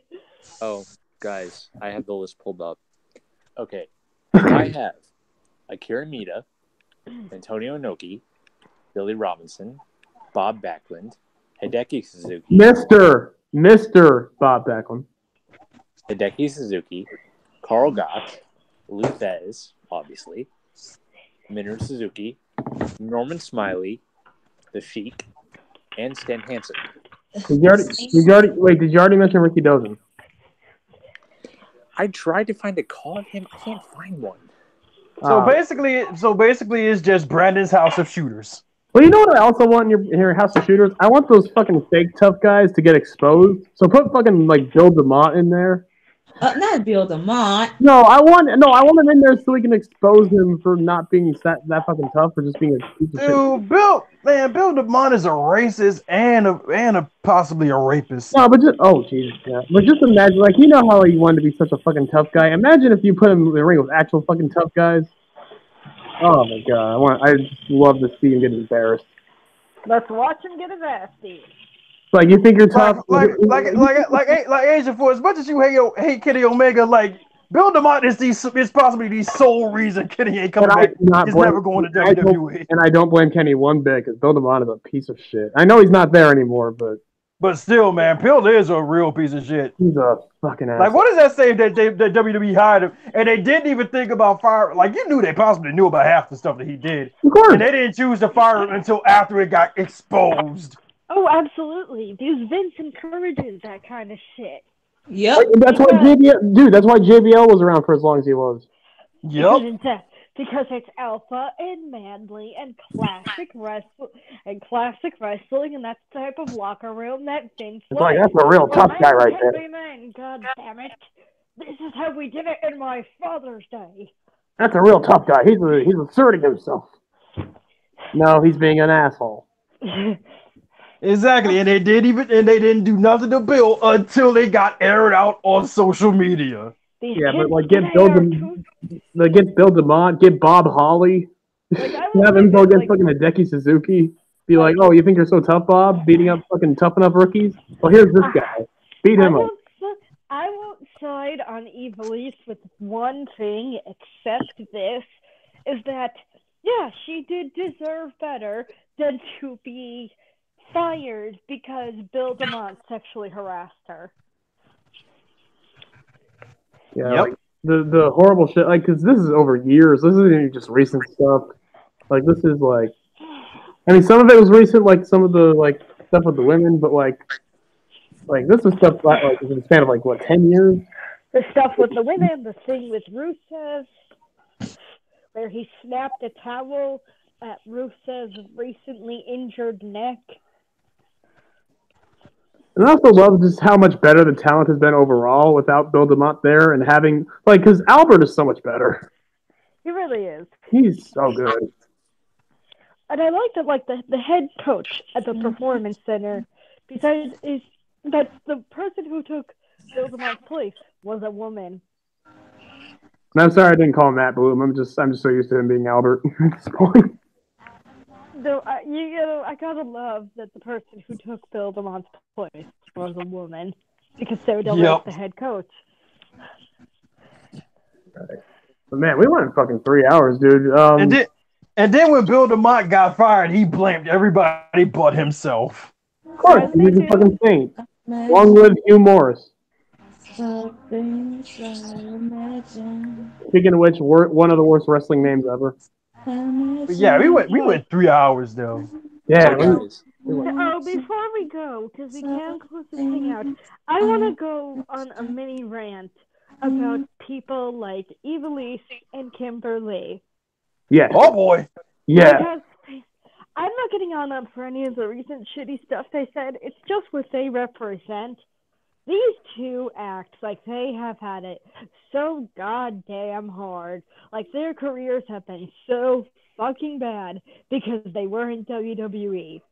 You know, there are plenty of women on the indies who would die for half the exposure either of you got, who would die to win all those championships and all that, to be welcomed, especially for looking at you, Kimber, to be welcomed back on the independent scene with open arms, with all the titles that you won and all the glory and all the dream opponents and everybody who's booking you and Evilise with everything you did in Lucha Underground. But here y'all are, moaning and complaining and being bitches because it's not WWE, and therefore these extremely successful indie careers aren't good enough and aren't worth anything. Wait, what? Fucking entitled bitches. Oh. Sit the fuck down and eat your humble pie. There Wait, are whoa. plenty of women who would die for half the exposure and success either of you have had. Wait, what? Like to give an example, Jackie, freaking Lufisto. But isn't it the same Evilise that sort of claimed that Mia stole from her? I don't even know what she claiming that Mia stole from her. Like the whole bandana over her face stuff. Like the whole like when she wears a bandana over her face. Yeah, because Evilise was the first person to ever do that. She's fiction gangsta. If anything, Evilise was stealing from Homicide because Homicide was doing that back when he was in ROH. If we want to get real technical with it. I mean, I'm halfway surprised Evilise never got signed to Impact to be the woman with LAX. She claimed that she was supposed to be in Impact, but that whole situation with her contract with Lucha Underground that's what she claimed anyway. Like, I know Lucha Underground as a promotion is in the middle of a very bad legal battle with the El Rey Network. Yeah. Yeah, and especially then, and they're getting sued by I think Evilise and Cuerno. Evilise, Cuerno, Cobra Moon. Suing. Yep. Yeah, but they're not suing Lucha Underground. They're suing the El Rey Network. Yep. Yeah, it's not Lucha Underground. It's more of an El Rey thing. It's not Krista Joseph and fucking Chris Roach's fault, okay? Yeah. It's El Rey. Yeah, that's the problem. The writers are the best part of the whole thing. Like they're the ones saying. I'm honestly surprised El Rey is being so shitty about this because Lucha Underground was a perfect show for their channel. For this, it was basically the Spanglish channel. It's very Mexican American, and nothing is more perfect for a channel for Mexican American viewers than a Lucha Libre promotion. I just hate how such revolutionary content and revolutionary writing is being ruined by AAA and a shitty ass network. Like, I don't understand why they won't say anything to the workers. Like, say something. Like, is the show going to come back or anything? Because El Rey is run by a lot of Aerodon and get some new backers because I imagine El Rey was responsible for a fair amount of that budget. Because outside of Gargano Ciampa, I would say Dante Fox versus Killshot is probably the greatest storyline to ever come out of this decade. Like I'll go that far. It is that brilliant. Like Especially when it culminated in that hell of war match. Exactly. Like everything about it was fucking perfect. Like shit like that. Like I'm glad we got it, but man, like being ruined by shady ass shit like this, and just not fucking telling your workers what's going on. Like it's and more or less we're not getting another, and more or less we might not get another season. I was gonna say it's down to die. Like I don't think we're getting it. Yeah, because a fan asked Krista Joseph on Twitter when they get another season, and Krista Joseph was like, honestly, I think it's dead, bro. And dude, I mean, the Lex Man's gonna be doing an interview with Joseph and Roach pretty soon. I think it's like 2 weeks. Yeah. Shout out to the Lex Man for able to get in the interview with those two. Mm-hmm. I mean, honestly, shout out to Roach and to Joseph for doing interviews with people like Lex Man and Twitwow and all this shit, like just putting themselves out there like that. That is very nice of them. Yeah. Yeah, but that's my little rant on entitlement. People like Evilise and Kimber cannot complain just because their careers were at WWE. They are extremely successful. So whether even just because it's independent doesn't mean that it's bad. And by any standard, I would measure their careers as a success. So it's like, don't you ladies act for a second like you have it so hard. There are plenty of girls out there who would love to have what you have. You entitled bitches. Yeah, and Exhibit A. They are entitled. Yeah, so and like I said, Jackie, Exhibit A, freaking Lufisto. Look how much Lufisto has done for independent women's wrestling, and never once got an offer from WWE. Exactly. And meanwhile, you two are bitching and complaining because you've won hundreds of titles and been on TV in different ways and things like that. But it wasn't but you didn't get your fair shake in WWE, so therefore none of it matters. Santana Garrett, I know Santana Garrett had like a cup of coffee in NXT, but she's another one. The first woman to win an intergender title on television. Like both of these women have made history in different ways. But it's not WWE, so that means that it doesn't matter, and that's why you two are letting it ruin your lives? Here's the thing. In the case of Abby Late, you did get a shot at WWE, but for some reason, they decided to let you go, and I'm starting to think it was you. Mm-hmm. Yeah, it was her. It was her, because if she was acting a fool like she was a little bit ago, then yeah. I'm fucking say again, Jackie, I can hear you. She's a major cunt. Kimber acts like a major cunt, but it was her own goddamn fault. She got fired. You didn't want to treat Nixon with any kindness or respect, and they had to pay Kaylee Ray to stay in the United States to care for her. They kept her away from Scotland and away from bookings for a month. It was nice of them to pay her for that, though, to make it up to her because she couldn't take bookings as she was caring for Nixon. Oh, so basically, Abby got fired because Abby didn't want to help out Nixon Newell. Yep. She pretty much said, I didn't get hired. She pretty much told them that she didn't get hired to babysit. I was just like, you fucking bitch! She broke her leg. Like, bro, she has a broken leg. It's not like she asked for her leg to break. Like the muscle in her leg is literally torn to shreds. It's not like she asked for that.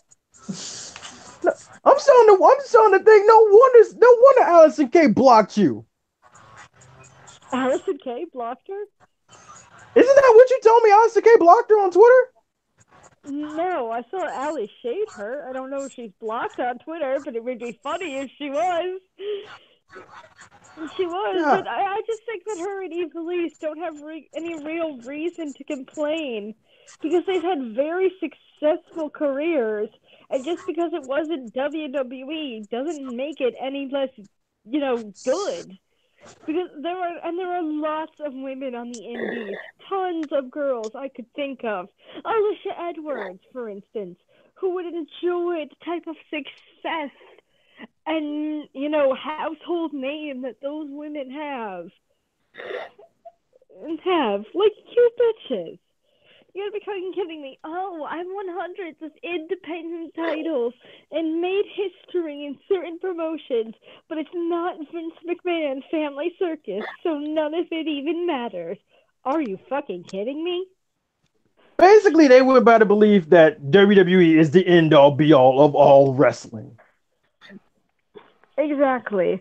Over their own, even though they are the literal proof that you can be successful without WWE. That you can be very successful without WWE.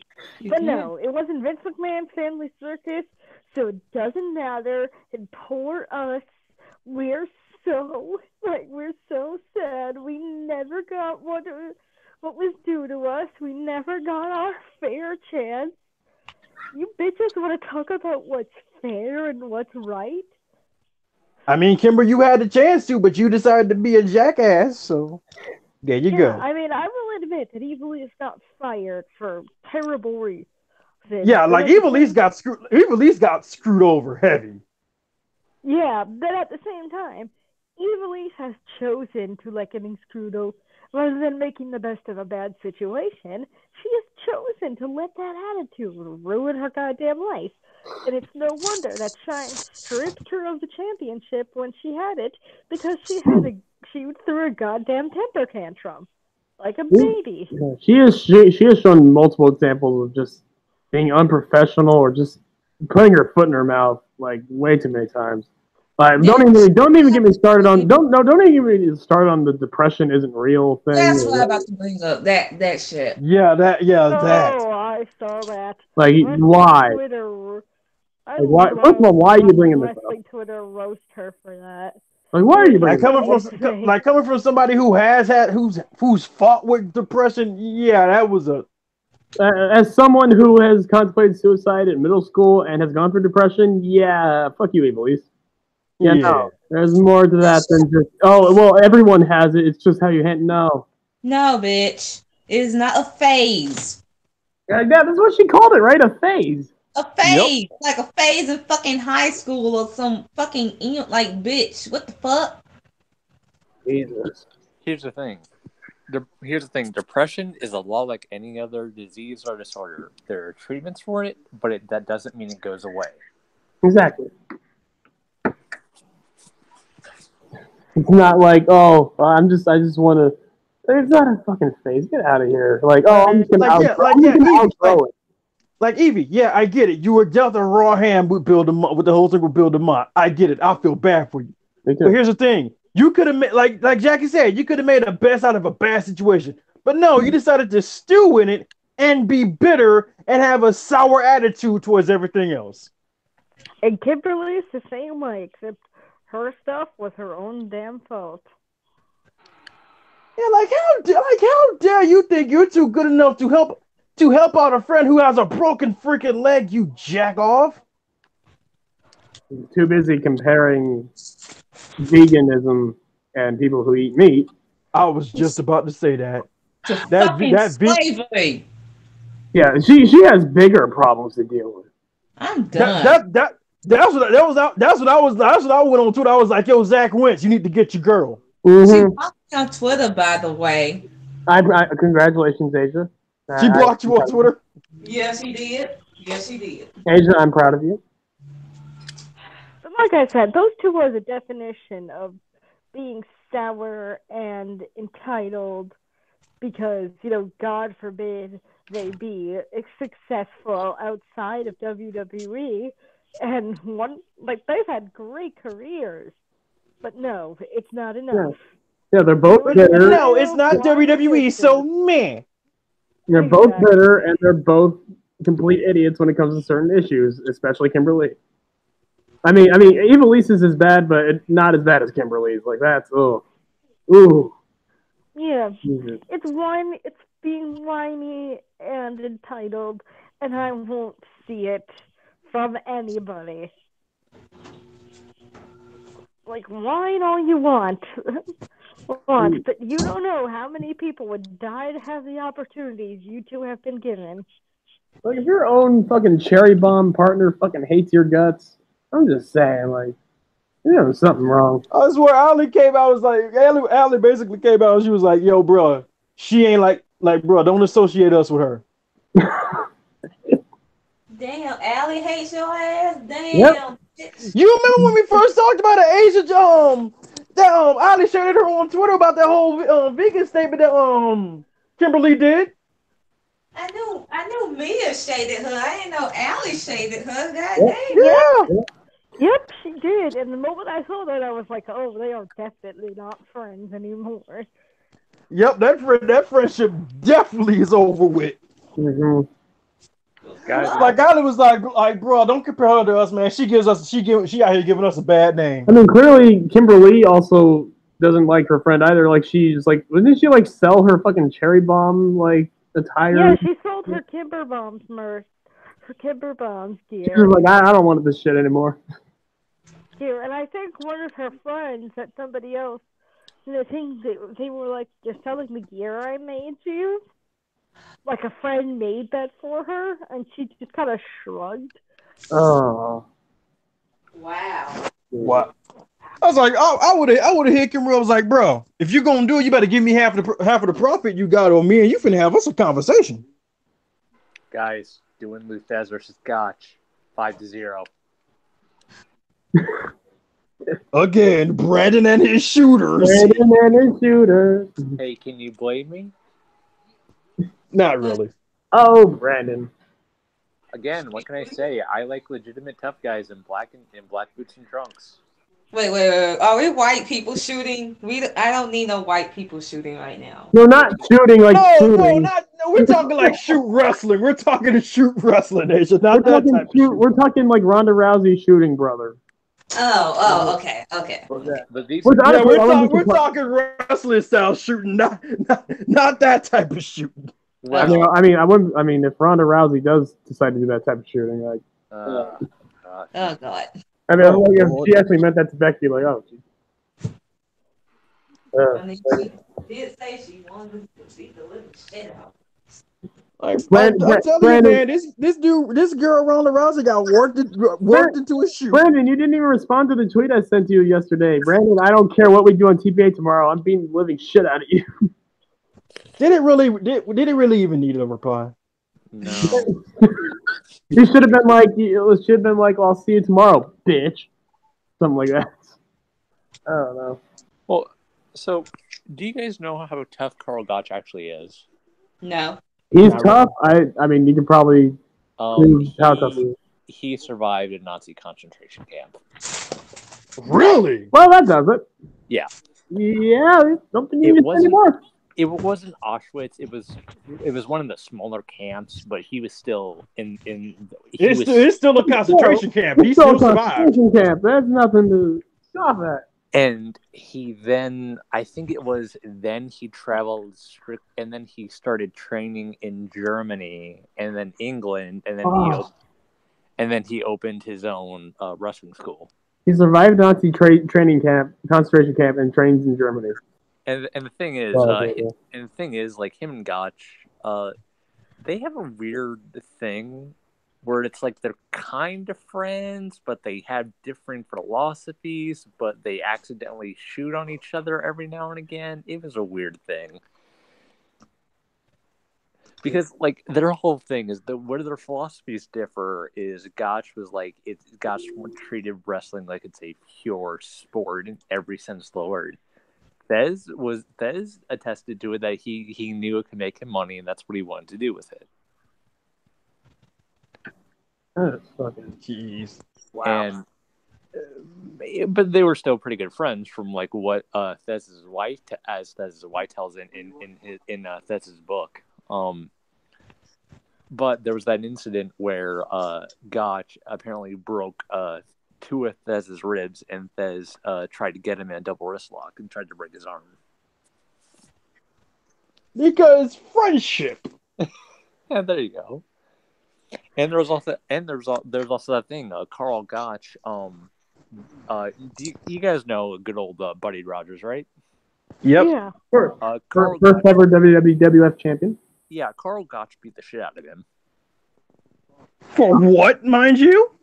Because Buddy said he didn't want to wrestle him. mean, that's kind of a legitimate reason. Like, why don't you want to fight? Why don't you want to wrestle me? You're a shooter, man, because you could hurt me. No. Oh, I'm a shooter? Oh, well, let me show you how much of a shooter I am. And also another thing too, Gotcha is apparently credited with making some of the most difficult workouts you could ever do. Are we talking like Chris Benoit doing 500 squats difficult, or? Well, a lot of his workouts, apparently, a lot of Gotcha's workouts are neck based because with a German suplex, which he invented, by the way, you have to focus on the bridge, and so like a lot of his workouts focused on neck strength. Like one of his workouts was laying back and bridging up with your head and just working your neck muscle as a way to strengthen your neck.